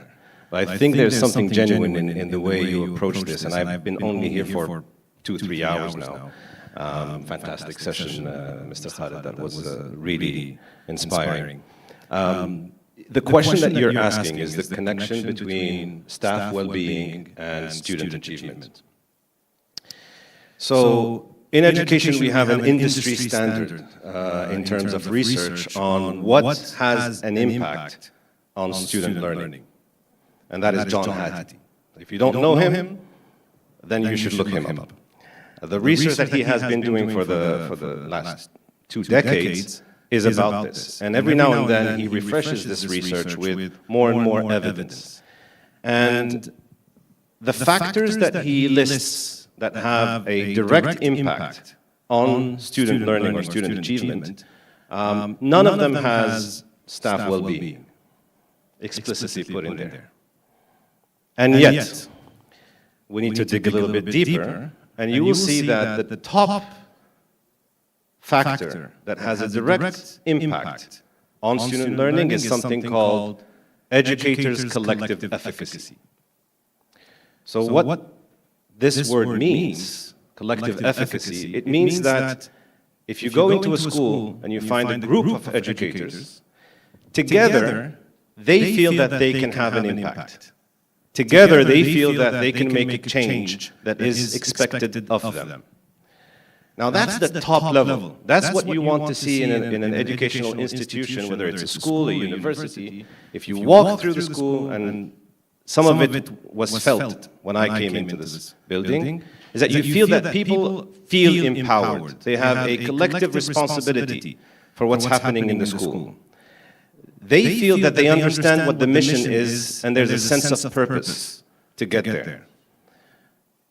But the key word here is collective. So let's look at this as a spectrum or a ladder. So that's the top impact factor.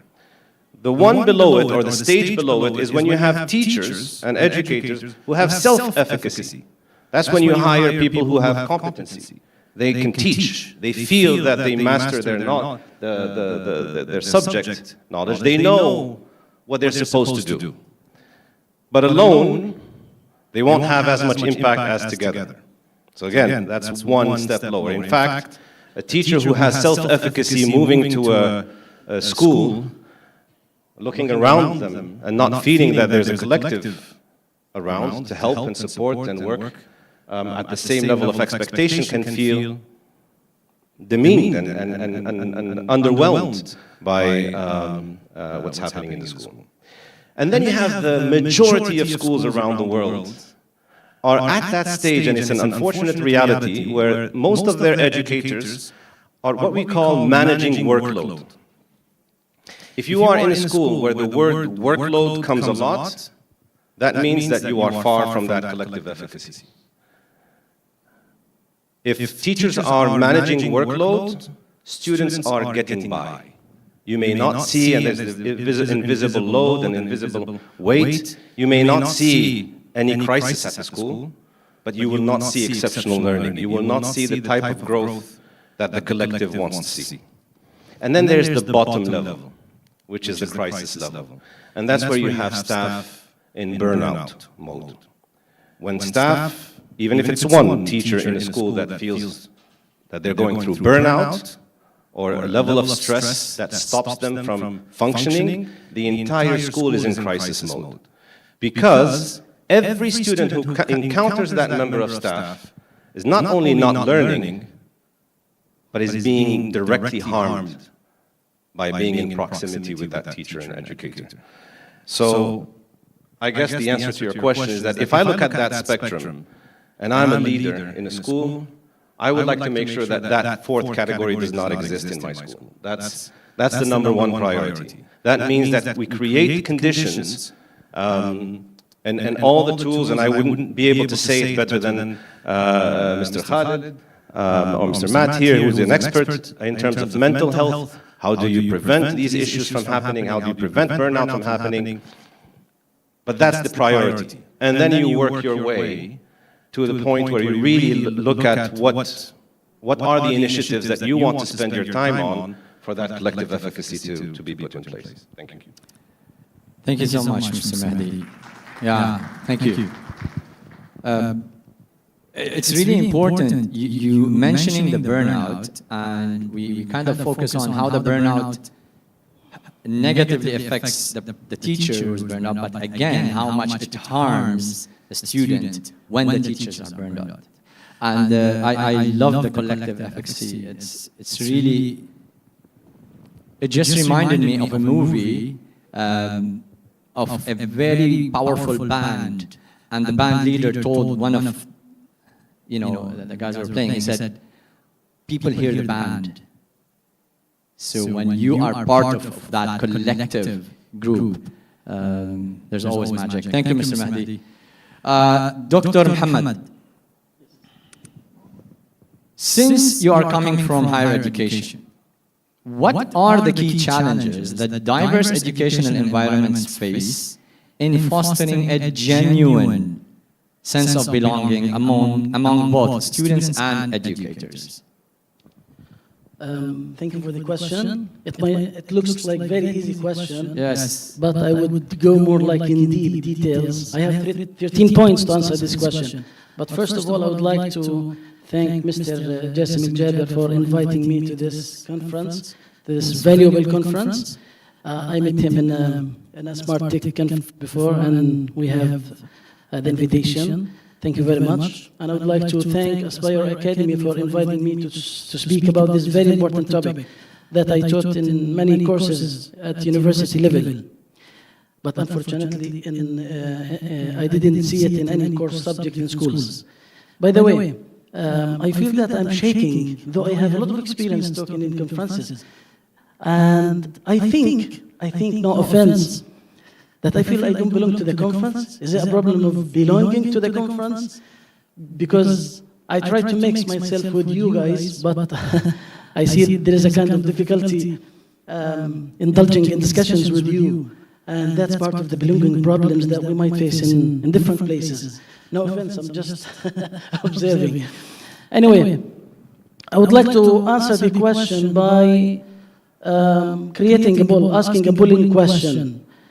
If you remind your very old school in your old days, how much you rate your school supporting belonging and social well-being?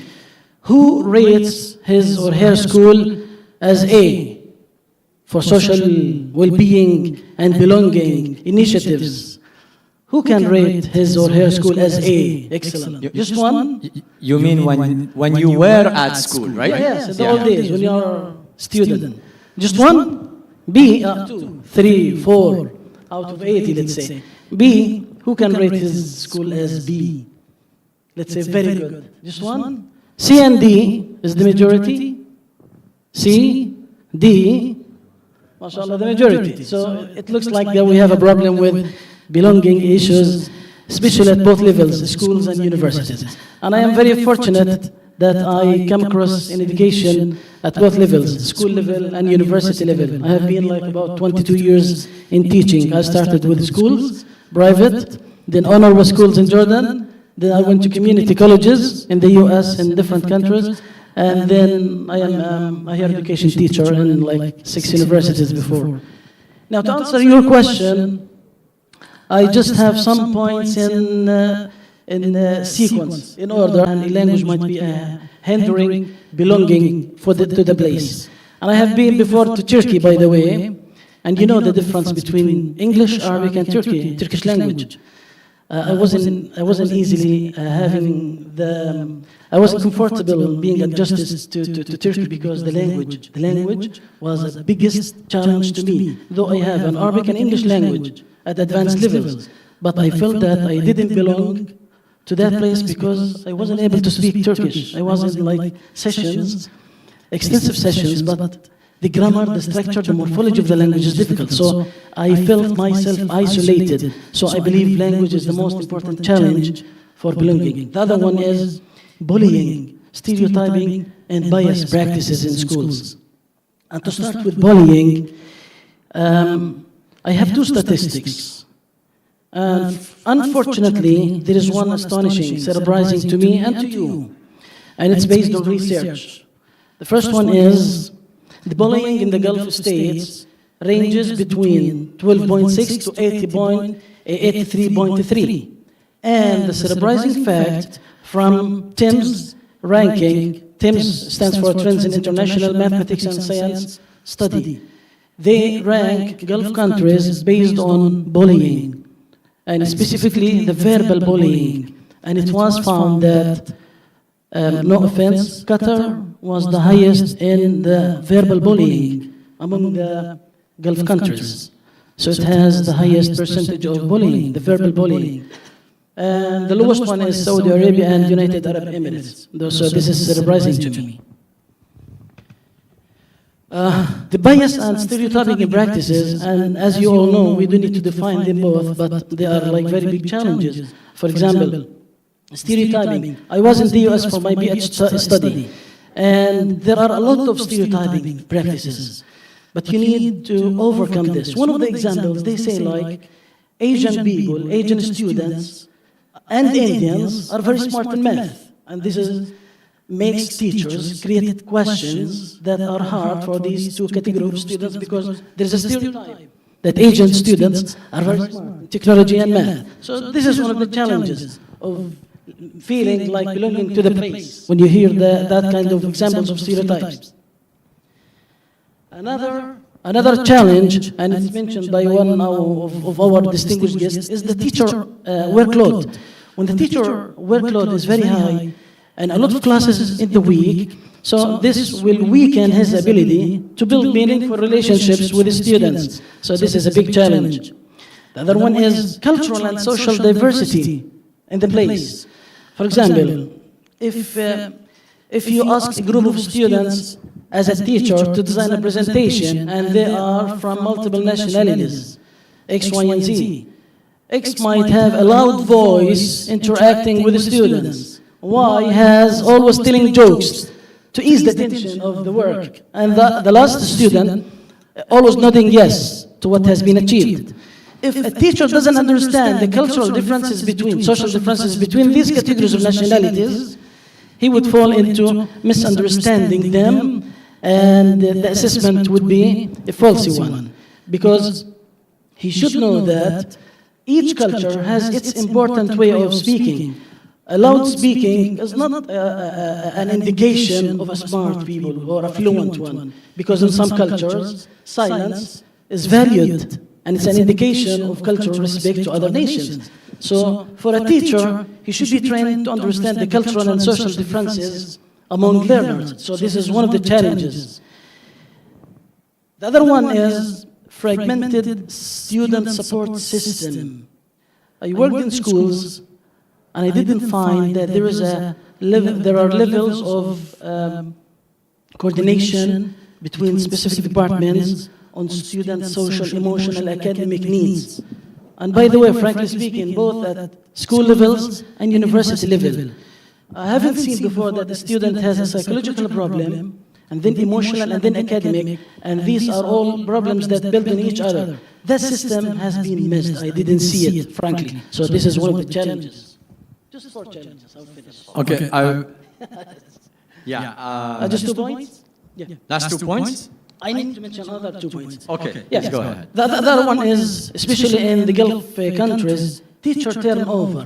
If a student is assigned a tutor, and then that tutor leaves the country because of specific circumstance that he leaves the country, that turnover would affect the stability and the relationship between the teacher and the student. So the turnover of teachers in some countries is a big challenge for a student to feel belonging to the place or to the school, let's say, specifically speaking.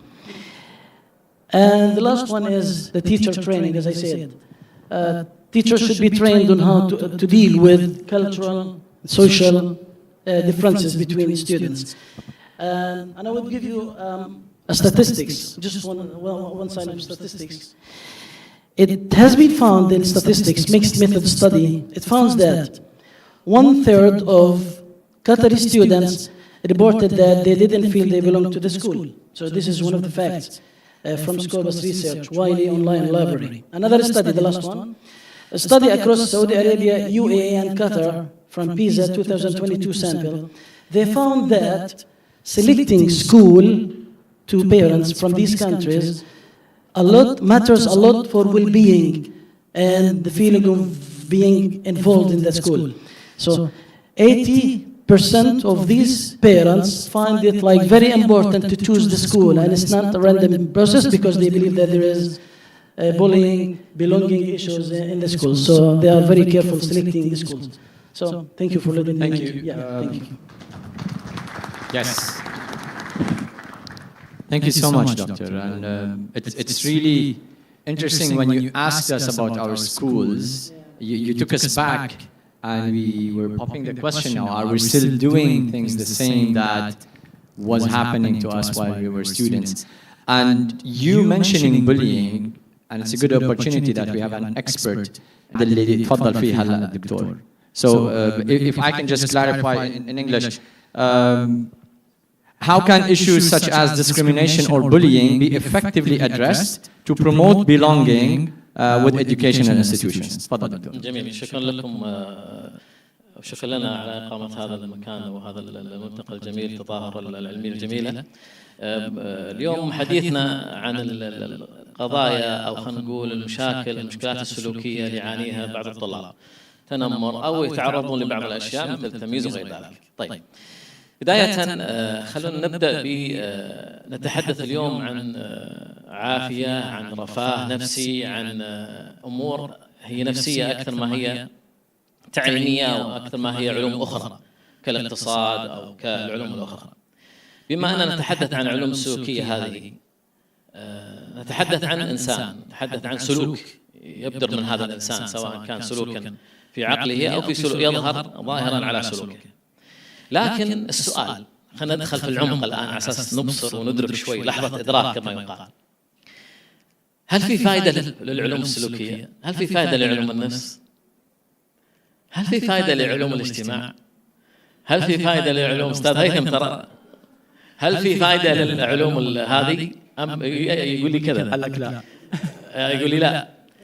في الحقيقة هذا سؤال ما بقول وجودي، لكن سؤال مهم جدا.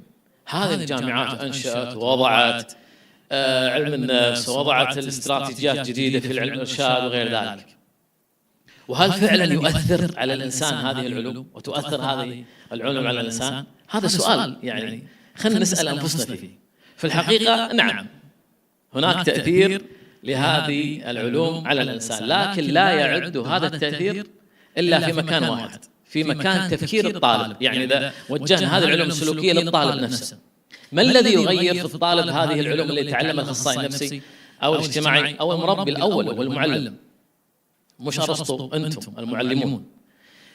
ما الذي يفعله؟ سوف يغير من الطالب، لا تغير هذه العلوم من الطالب، إنما تغير أو تبصره بمكانه في المدرسة. فلا بد أن تحسن سلوكك لكي تتعلم فقط، لكي تستمع إليك كمعلم، أن تتعلم أن تلتزم بهذه الأمور. لكن هذا التعب، هذا ياسين ومحمد العنزي والأساتذة الموجودين دارسين سنين، واللي درس على حسابه، واللي الله رزقه بمنحة، واللي تعب، واللي رسب، واللي رجع وغير تخصصه، ثم يأتي ليطبق هذا العلم هنا ويجد أن البيئة التعليمية، العلم يخدم هذا الطالب، لكن البيئة التعليمية تقول للطالب أنت لست ذكيا بما فيه الكفاية. والبيئة اللي هو يدرس فيها تقول له أنت ربما لا تنتمي أصلا إلى هنا، ما أدري وين يروح. إن لم يجد هذا الطالب مكانا له في هذا المكان، فكيف تؤثر في هذه العلوم التي تتحدث بها والتي تعالج القضايا المهمة جدا؟ دعونا نأخذ التمرين الذي دائما ما أطبقه على يعني زملائنا. أيوة أستاذ حسين عرب، دكتور حسين. طيب نطلب منكم طلب بسيط بس إذا أمكن، على أساس يعني يكون العلوم السلوكية والبيئة داخلة أكثر، على أساس نعالج المشاكل اللي تحدث عنها بعمر. ممكن نعمل هذه الحركة لو سمحتوا؟ أيوة طيب لو سمحتوا نعمل هذه الحركة like this. أوكي طيب راح أطلب منكم تعملوا لي إيش؟ صفقة، مش يعني فرقة حسن مجلل، بس فقط إيش؟ صفقة واحدة إذا سمحتوا يعني. زين طيب، فراح أقول 1 2 3 1 2 3 ماذا تفعلون؟ صفقة، قلنا صفقة واحدة لو سمحتوا يعني مؤتمر. زين طيب نروح للصلة الأولى. جاهزين؟ خذوا نفس. أيوة السلام عليكم. 1 2 ما قلت 3 هذا نصير 3 2 ما شاء الله عليهم شباب. زين يعني أنتم الحين ذاك نفسكم طلاب اسمعوا الكلام، وآخر شيء أنتم نعيد مرة ثانية يلا عشان أستاذ محمود. يلا بسم الله نعيد يلا لو سمحت انتبهوا. ها يلا إذا قلت كم يا سلام عليكم. طيب 1 2 جيد. 1 2 3 أقوى. 1 2 ما قلت 3 طيب شكرا لكم. هذا في الحقيقة اللي يحدث، نتعلم ونأخذ هذه الأشياء، لكن هذا ليس خطأ أن يجد الإنسان بعض الأشياء التي تصدمه أو تفاجئه. ما أحب كلمة صدمة، التي تفاجئه هذا شيء طبيعي، يحدث هذه الأشياء، لكن ما الذي علينا أن نفعله؟ طيب لنشبه هذا الأمر بالبذرة. العلوم السلوكية بذرة جابت الطفل هذا أو الطالب لكي تنشئه في هذا المكان. والحديث عن البذرة والزراعة استخدموه جميع الثقافات وجميع الديانات، وفي القرآن الكريم نجد الحديث عن البذرة دائما. والبلد الطيب يخرج نباته بإذن ربه والذي خبث لا يخرج إلا نكدا. شوف كل على البلد البذرة هي واحدة، صح ولا خطأ؟ البذرة واحدة. وكذلك مثل كلمة طيبة كشجرة طيبة أصلها ثابت. شوف فرعها تؤتي أكلها كل حين بإذن ربها.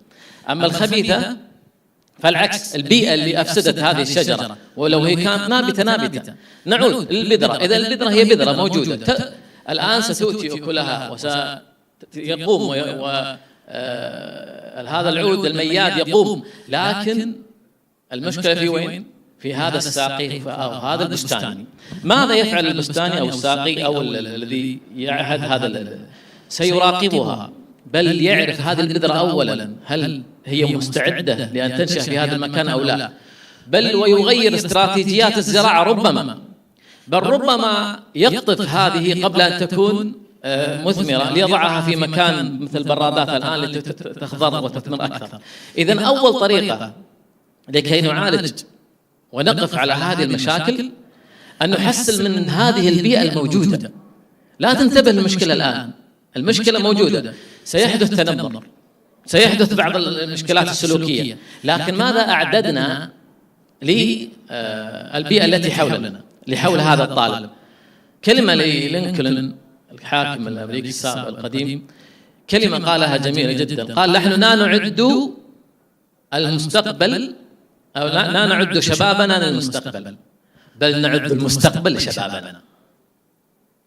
كلمة جميلة جدا ومبدأ حقيقة راسخ في التربية. إذا ركزت على ما ستاف اللي توظفه والمعلم الذي تدربه والناس اللي حول، حتى البيئة، حتى الآن يتحدثون عن الجمال. قبل أيام جاءنا في سباير طالبة تؤكد على جمال العمران في حتى توصيل الكلمة وترسيخ الكلمة. أخيرا وليس آخرا، أريد أن نستفيد من تقنيات جديدة في هذا المكان. قبل تقريبا سنة من الآن قمنا بتدريب الاختصاصيين النفسيين والاجتماعيين في مدارس الدولة على بعض التقنيات الحديثة في العلوم السلوكية، والتي من هذه العلوم العلاج السلوكي الجدلي. فالعلاج السلوكي الجدلي يضع أشياء جديدة في عمق المشكلة، وليس حلولا مللنا ولا تطبق على جميع الناس وعلى جميع الطلاب، والطلاب عندهم فروق فردية. وهي ما يسمى بالعلاج السلوكي الجدلي. أول طريقة هو التصديق والقبول، أن يكون هناك تصديق للمشكلة، أن تحدث بعض المشاكل لا بأس، لكن أنا هنا لكي أعالج المشكلة بك أو أدليك على حل هذه المشكلة. والأمر الثاني هو أحب إلي. شكرا لكم، وإن شاء الله نشير في هذا الأمور. شكرا.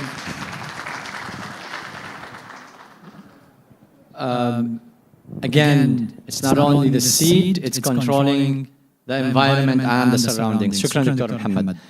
Okay, I'm going to ask you a question, the same question for all of you. I want to make this a little bit more personal. And I would love that you can answer me briefly, because I would love to ask you more questions. The question is, what has shaped your own understanding of well-being and belonging in education? So it's your own understanding. I don't know, you can share with us a story, an experience, I don't know, a turning point maybe? Who would like to go first? Matt? All yours.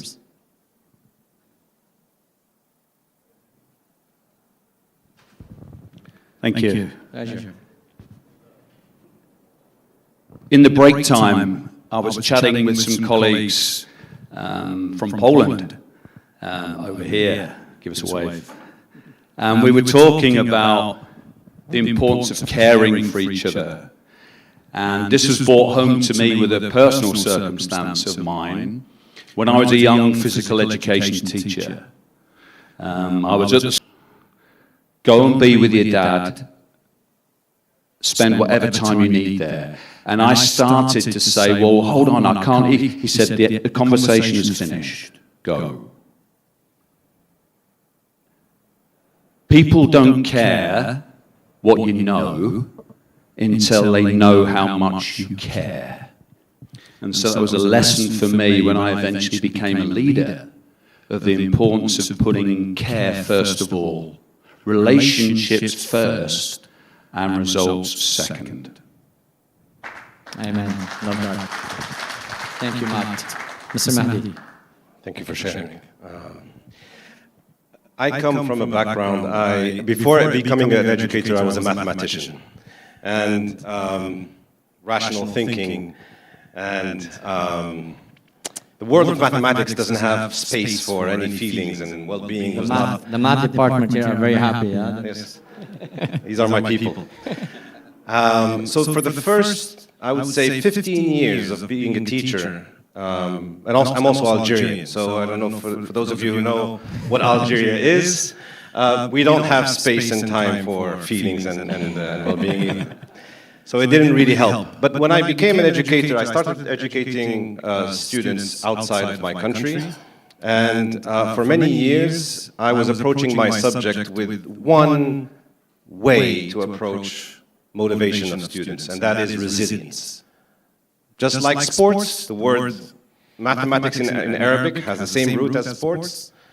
It's about practice, it's about work hard, keep going at it. I'll encourage you, and it worked. I'm with you, but it's all about resilience. And then slowly I became a leader, and then I had to be responsible for other subjects than mathematics, and that's where I realized there's another world out there that I need to care for.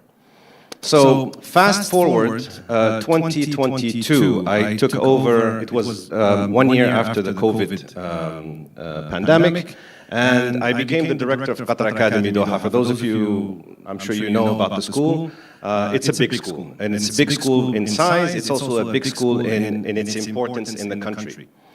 And it was a huge responsibility for me because we were coming out of a phase where students' behavior was a real challenge. They had 2 years without proper schooling. Middle school was a nightmare to be in. Teachers were getting into breakdowns, and all the issues of mental health that were mentioned before were there. And somehow, just to go back to the turning point, a colleague who's the director of the Arab International Academy invited me to be part of a panel discussion, an online panel discussion. And he invited educators from Palestine. May Allah free it, inshallah.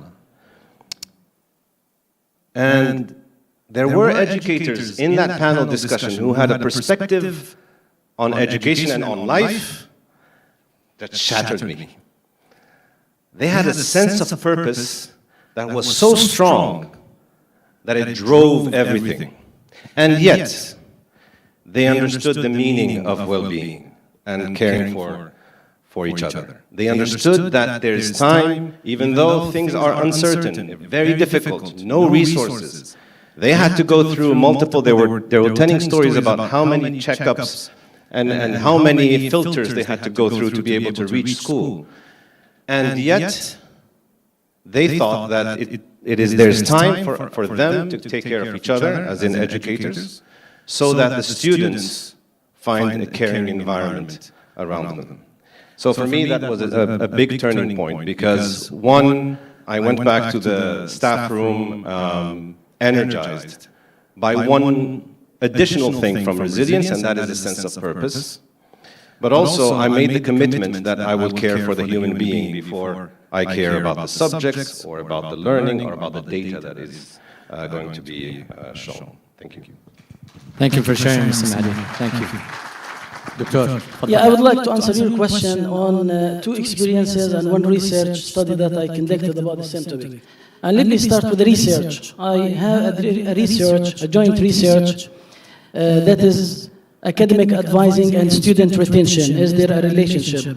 And after a year of surveying students, like more than 1,000 number of students, I found that belonging to them means a correct advising in the first year, the first semester of the year. If they are advised very well, then they would feel that they belong to the universities. Otherwise, they would retreat. They would leave the school. So belonging to them is enough, adequate, and timely advising to let me know what to choose and how to go, what is the roadmap of my courses. So that's a scenario. Another study, by the way, I remember it just right now, it's a joint research between like 10 researchers, PhD colleagues in the US. We have conducted a study called Social Capital Theory,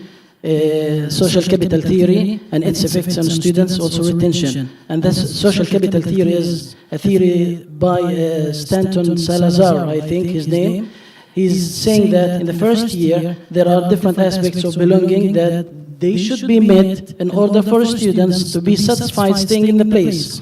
And we found that, again, the relationship between professors and students is the major effect that keeps them in the place and feel belonging. Another finding in that research, we found that, surprising by the way, surprising in some extent, cafeteria, the canteen, the restaurant, in the school or in the university, if it's well developed and it has variety and it has a menu, like other Western restaurants, without mentioning their names, if there is a good, respected restaurant and cafeteria in the place, they would feel the belonging, the social well-being life. Otherwise, they leave for a better restaurant.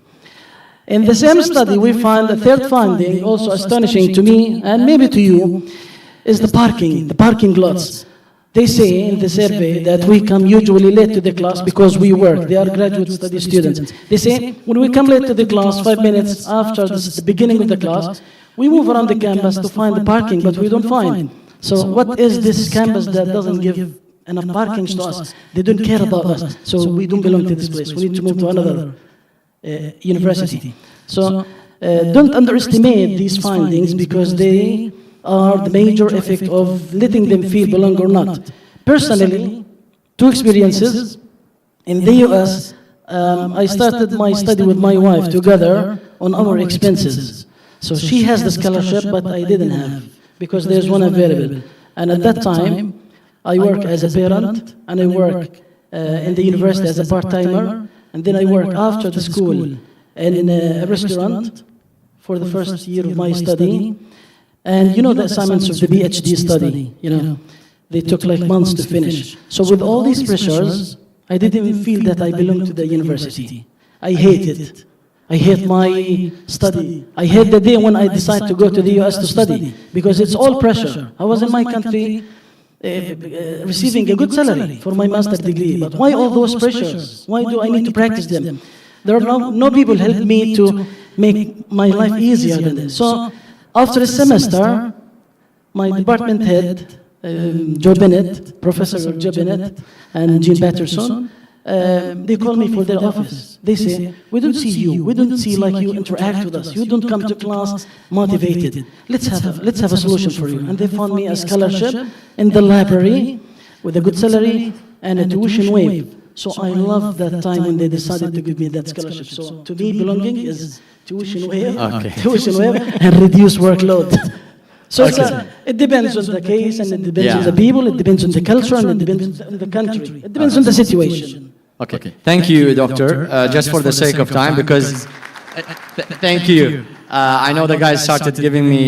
We already went over time, but still, Dr. Muhammad, نفس السؤال briefly please. بشكل خاص شو اللي شكل فهمك للويل بينج بالمؤسسة التعليمية؟ حلو. يعني من ركائز الويل بينج والعافية والرفاه النفسي هي حسن العلاقات أو العلاقات الجيدة. هذا أمر ضروري جدا، ونحن نعرف أن كل ما كان هناك علاقات جيدة مع الإنسان كل ما زادت سعادة الإنسان. وهذه الدراسة اللي عند هارفارد اللي قامت بها منذ 75 سنة ولا زالت موجودة، يبحثون عن الأشياء التي تسبب للإنسان السعادة الحقيقية أو السعادة بمعناها الشمول العام. وجدوا أن أعلن عنها المشرف الرابع أن أكثر ما يسبب السعادة للإنسان هو تمتعه بعلاقات جيدة. طيب، النقطة اللي أريد أن أشير إليها دائما من أخصائي الاختصاص النفسي من تقنياته ومن إبداعاته أن يخرج هذا الذي أمامه من جوه الذي هو الآن ويخرجه إلى الجو الاجتماعي. نحن الجو الاجتماعي عند كل الأعراف وعند كل التقاليد إلا تقاليد مشاهير التواصل الاجتماعي حاليا الذين يدعون إلى الانطواء والاكتفاء الذاتي وكلمات رنانة. أنت من الانفلونسرز ولا لا؟ لا أنا سويت لهم كلهم. فهذا النقطة مهمة جدا، أن كل ما كان الشخص يخرج اجتماعيا كل ما كان يعني كذا. لذلك أذكر تجربتين سريعتين. تجربة في إسباير، طالب من الطلاب كان عندهم مشاكل في المدرسة يعني أو حتى ترشح وصار رئيس البرلمان. الولد بعد فترة في ختام السنة وفي نهاية السنة أتى الأب ووصل إلى عند الأستاذ أحمد حسين، حتى في صورة لإسباير قام وقبلها من كثر ما كان يحب الأكاديمية. قال غيرتم ابني. قال شنو اللي غيره أو شنو كذا؟ قال لما صار رئيس عندكم مدري شنو، يعني كان ما يعرف حتى. الأب كان يعني على متواضع الكلام، لكن الفكرة أنه تغير لأن أخرجناه وجعلناه يعني يعزز على وتر الاجتماعي. النقطة الأخيرة اللي ما ذكرها صاحب كتاب اسمه سر سعادة الأطفال، إدولف اسمه إدولف، هذا تحدث عن أشياء حلوة في هذا النطاق. ذكر تجربة مشهورة بعد الحرب العالمية، أن هناك مجموعتين من الأطفال، مجموعة ذهبت إلى الولايات المتحدة الأمريكية. طبعا هؤلاء الأطفال هم اليتامى أو الذين تعرضوا لما يسمى بويلات الحروب. مجموعتين من الأطفال اليتامى، المجموعة الأولى من اليتامى سكنوا عند مستشفيات الأمريكية، ومعروف المستشفيات الأمريكية من قديم وحديث أنهم ضوروا النيرس واقفة عندك وبأناقتها والشراشف تتبدل كل فترة والمخدة وكذا. والمجموعة الثانية راحوا عند أو ذهبوا عند البلاد الأوروبية الريفية وسكنوا عند سكنوا عند القرى وسكنوها في الأرياف القديمة مثل مسلسلات هايدي وسالي هذا قديمة. فكان حتى الطفل يبلع يشرب من هذا المعزة عادي، يروح النهر يتسبح، هذاك لا يروح في شو اسمه طريقة أخرى. نسبة الوفيات باختصار، نسبة الوفيات يذكرها صاحب كتاب 6 ساعات الأطفال، نسبة الوفيات والمشاكل النفسية حدثت أكثر في الذين كانوا في المستشفيات الراقية. أما أولئك فكانوا يعني على أنا أعتقد أن العافية الآن وتشكل هذا المفهوم عندنا أن نربط الإنسان بمنظومة الكون، لا نفصله عن الناس خصوصا الناس الأقربين ثم الناس الذين يحبهم، لا نحدث له أن المعلم هذا عدو لك أو الحياة عدو لك. كل ما ربطناهم بالحياة أكثر وجعلنا له الحياة تحديا وليست خطورة كلما كان المعنى هذا يترسخ فيه إن شاء الله. جميل. Okay. Thank you. I should wrap this up. The guys are not going to like me for this, but I'm going to ask you final words in half a minute. And I have my yellow card with me, Mr. Muhammad. If you could recommend one action in like half a minute, any school, university, or educational institution should take tomorrow to strengthen well-being and belonging, what would it be? I know there are plenty. I want you to name one action as quick as possible. Who would like to go first? Mr. Mahdi. Okay, one action. Remember that teachers are not magicians and they don't make miracles. So remove from their plate anything that they don't need to be burdened by. And to link it to a concrete action that we took in our schools, we created something that is called the Senate framework. And this is a response to Dr. Muhammad early on when he said, I didn't see a school where they integrate the psychological support, the learning support, the academic support, the language support. So we just did that. And that is basically appointing someone who would coordinate the work of all these specialists. And the reason to do it was to take away anything that the teacher who's facing 24 students in front of him or her from having to deal with something that is beyond what they can deal with. So I think this will help the teachers feel that they are supported by a system and not just by a haphazard approach to support. Thank you, Mr. Mahdi. Thank you very much. Matt? Just building on something which Mr. Mehdi said earlier about resilience. If we want young people to succeed, we have to encourage them to step outside of their comfort zone, to be comfortable making mistakes, to celebrate mistakes, to develop a growth mindset attitude towards mistakes. And we only become resilient. Resilience isn't something we're either born with or not. We develop resilience through going through adversity. And I think my major message on resilience, which I think learn to navigate and negotiate their way through life's ups and downs, is focus on what's strong, not what's wrong. You build resilience through strengths, nothing else. Nice, thank you. Dr. Muhammad? In less than a minute, I'm hesitant to decide whether technology or community, family partnerships are like which one is more important. But I'm going to put you under the spotlight. Pick one. Which one would it be? The school community partnership. The school community So partnership. I would recommend schools to strengthen the ties and the connection between community families, because this is one of the most important that affect the psychological and belonging effect to students. Technology has a good effect, by the way, but this like needs more details. So the partnership. Good, thank you for picking that. Thank you.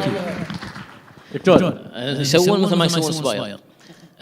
عملوا نظام تعزيز امور تعزيز نظام الSBIS اللي هو نظام تعزيز السلوك الايجابي. امس الدكتور حمود قشعان نقل لنا كلمه او فلسفه تربويه يقول ان التركيز لابد ان يكون في الاشياء الجميله في الطالب اكثر ما يكون في علاج ان ننشغل بالاشياء السلبيه عند الطالب. كلما انشات كلما جعلت هذا الطفل او هذا الطالب كلما أنشأت فيه تقديراً لما يفعله ليس لذاته، لأن هناك معنى الفضفاض ربما يقدر ذاته بتكبر، لا، تقديراً لما يقدم في هذا المكان كلما أضفت إليه طريقة لحل مشاكله الأخرى.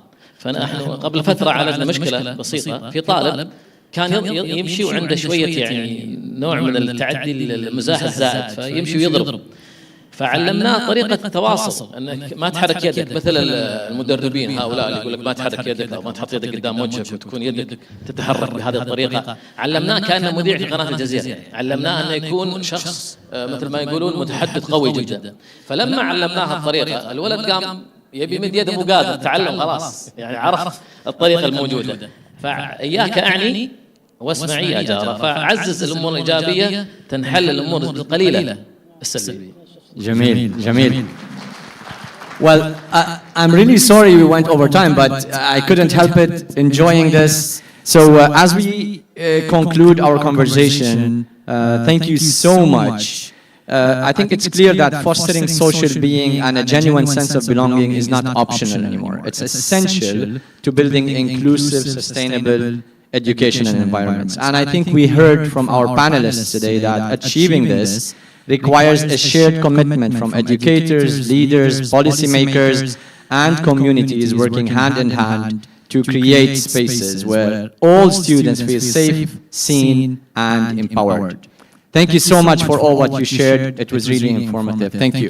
I hope you enjoyed it.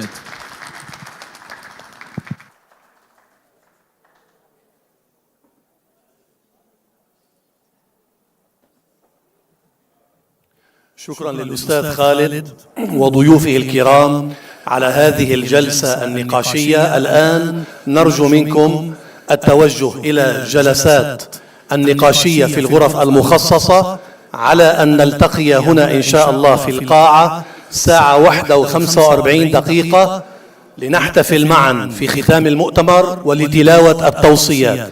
1:45 نجتمع هنا إن شاء الله بعد الجلسات النقاشية. بارك الله فيكم.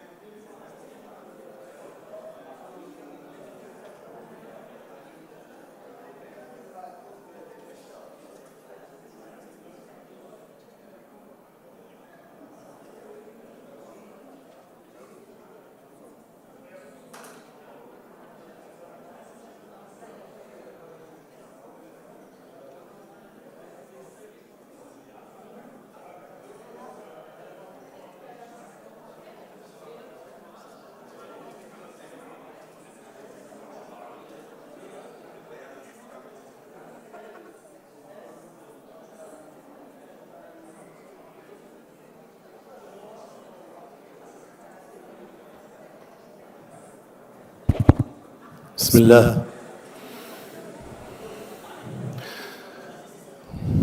أحبابنا الكرام، نرجو التوجه إلى القاعة لتلاوة توصيات المؤتمر الختامية.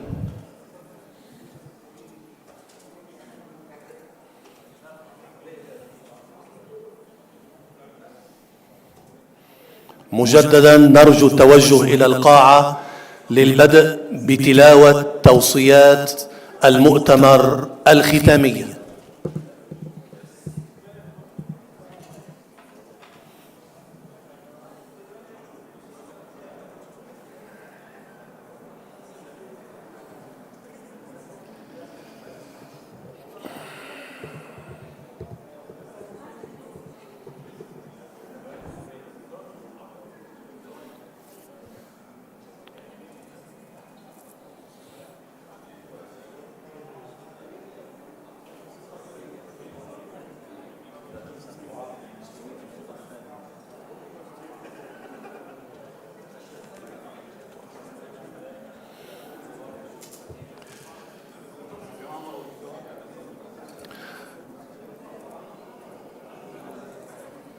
الضيوف الأعزاء، نرجو منكم التوجه إلى القاعة الآن للبدء بتوصيات المؤتمر الختامية.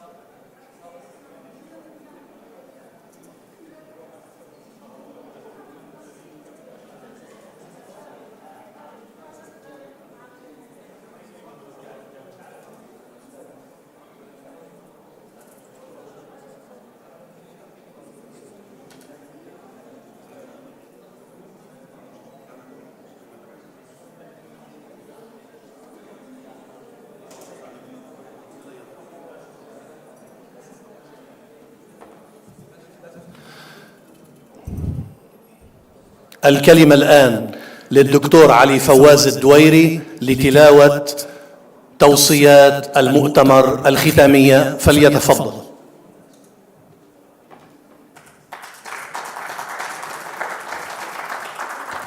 السلام عليكم ورحمة الله وبركاته. السيدات والسادة، السلام عليكم ورحمة الله وبركاته. على امتداد يومين ناقشنا في مؤتمر أسبير للتعليم معنى الحياة الطيبة في التعليم، كيف نجعل التعلم مجديا والبيئات أكثر شمولا والمعلمين أكثر قدرة على العطاء مع توظيف التقنية بذكاء ومسؤولية. أضع بين أيديكم خلاصة عملية على هيئة حزمة من التوصيات قابلة للتنفيذ، وقد حاولت أن أجعلها 10 تيمنا بالوصايا 10. أولا، قيادة تؤنسن المدرسة وترسخ الانتماء. اعتماد رؤية مؤسسية للحياة الطيبة تجعلها هدفا تشغيليا لا شعارا. سياسات واضحة للحماية والدعم النفسي، ومناخ يأخذ آراء الطلبة والمعلمين على محمل الجد. إدارة تشاركية، استبيانات دورية للمناخ المدرسي، وقنوات تعبير وتمثيل طلابي، وإشراف الكادر في القرار لضمان الشعور بالملكية والمسؤولية. تمكين القادة بالمتابعة والإشراف المهني وبناء ثقافة الثقة والاحترام المتبادل.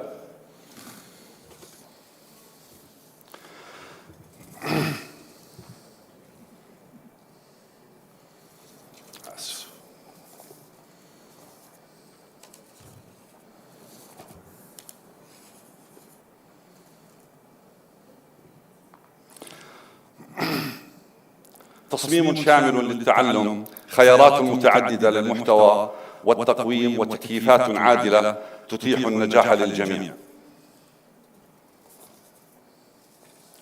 رأس المال الاجتماعي الضيافة والمبادرة والعمل التطوعي يرفع الثقة والتماسك ويوصي بإحياء العادات الإيجابية في المدرسة عبر برامج خدمة مجتمعية بين الأجيال، شراكات ذكية، جامعات وأندية رياضية وقطاع تقني لتوسيع الخبرات وإتاحة مرونة الجداول للطلبة الرياضيين وفرص إعادة التقييم عند التعارض مع المنافسات. تشكيل فريق الحياة الطيبة على نحو مؤسسي يقود التنفيذ ويقيس الأثر. إطلاق ميثاق الحياة الطيبة سياسات حماية شمولية ونشره لجميع الأطراف. إطلاق استبيان المناخ المدرسي وخطة تحسين مبنية على البيانات. إعداد بروتوكول خصوصية الذكاء الاصطناعي التعليمي بغرض واضح وأقل قدر من البيانات وموافقات ومراجعة بشرية. برنامج صحة وحركة منخفض الكلفة، أهداف أسبوعية ومتابعة رشيقة وشراكة أسرية. مؤشرات الحياة الطيبة للمعلم: الاستبقاء والغياب والرضا وعبء العمل، مناخ صفي إيجابي وسلوكيات داعمة، انخفاض الحوادث والشكاوى وارتفاع المشاركة. تحصيل الفئات المتنوعة خاصة متعلمي اللغة الثانية وذوي الإعاقة، التزام سبراني وذلك بالتقيد بالسياسات وتقليل الشاشات غير التعليمية، مشاركة أسرية ومجتمعية أوسع وفرص أكبر لمعنى الانتماء داخل المدرسة. معالجة الثقل الخفي الذي ينهك الصحة العقلية للمعلمين، والمقصود أعباء غير مرئية، رعاية عاطفية، أعمال تنظيمية مبعثرة، توقعات غير مكتوبة، ضغط رقمي دائم تتسلل خارج الوصف الوظيفي وتستنزف أركان الحياة الطيبة. دور القيادة: الاعتراف به وقياسه وتبسيط الإجراءات، إعادة توزيع المهام، إتاحة المساحات استراحة ودعم نفسي مهني. ومسؤولية المعلم: طلب المساندة عند الحاجة، تفويض ما يفوض، وتنظيم الوقت، وبناء شبكات زمالة مساندة.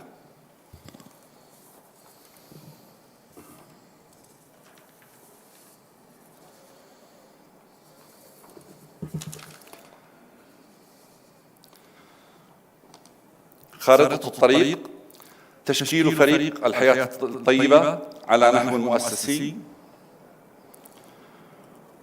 الذي يقود التنفيذ ويقيس الأثر.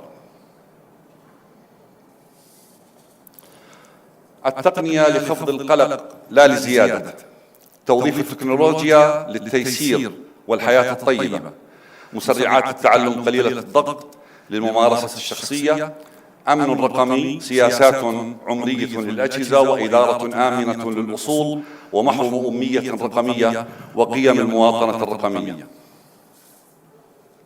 الذكاء الاصطناعي بعناية، استخدامه لتقليل الأعباء الإدارية مع حوكمة بيانات وخصوصية افتراضية.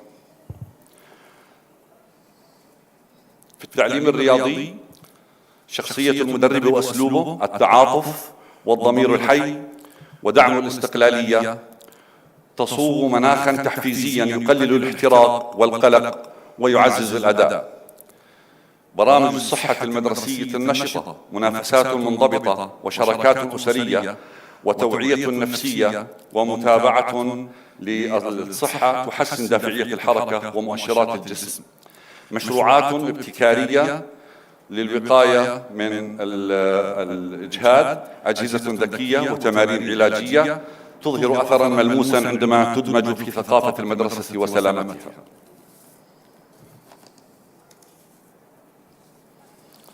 السيدات والسادة، الحياة الطيبة ليست برنامجاً إضافياً بل طريقة إدارة مدرسية.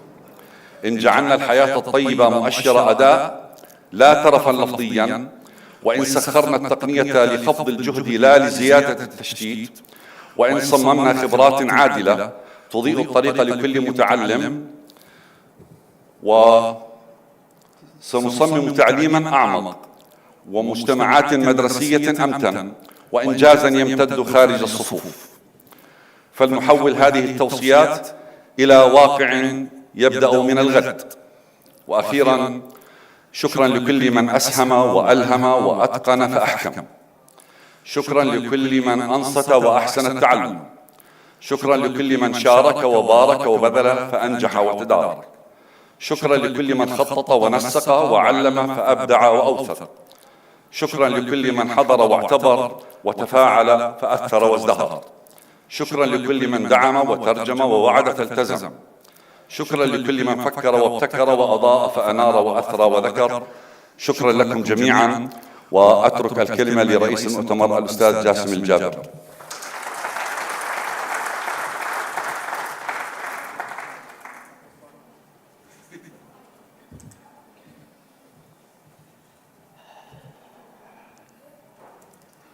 السلام عليكم ورحمة الله وبركاته.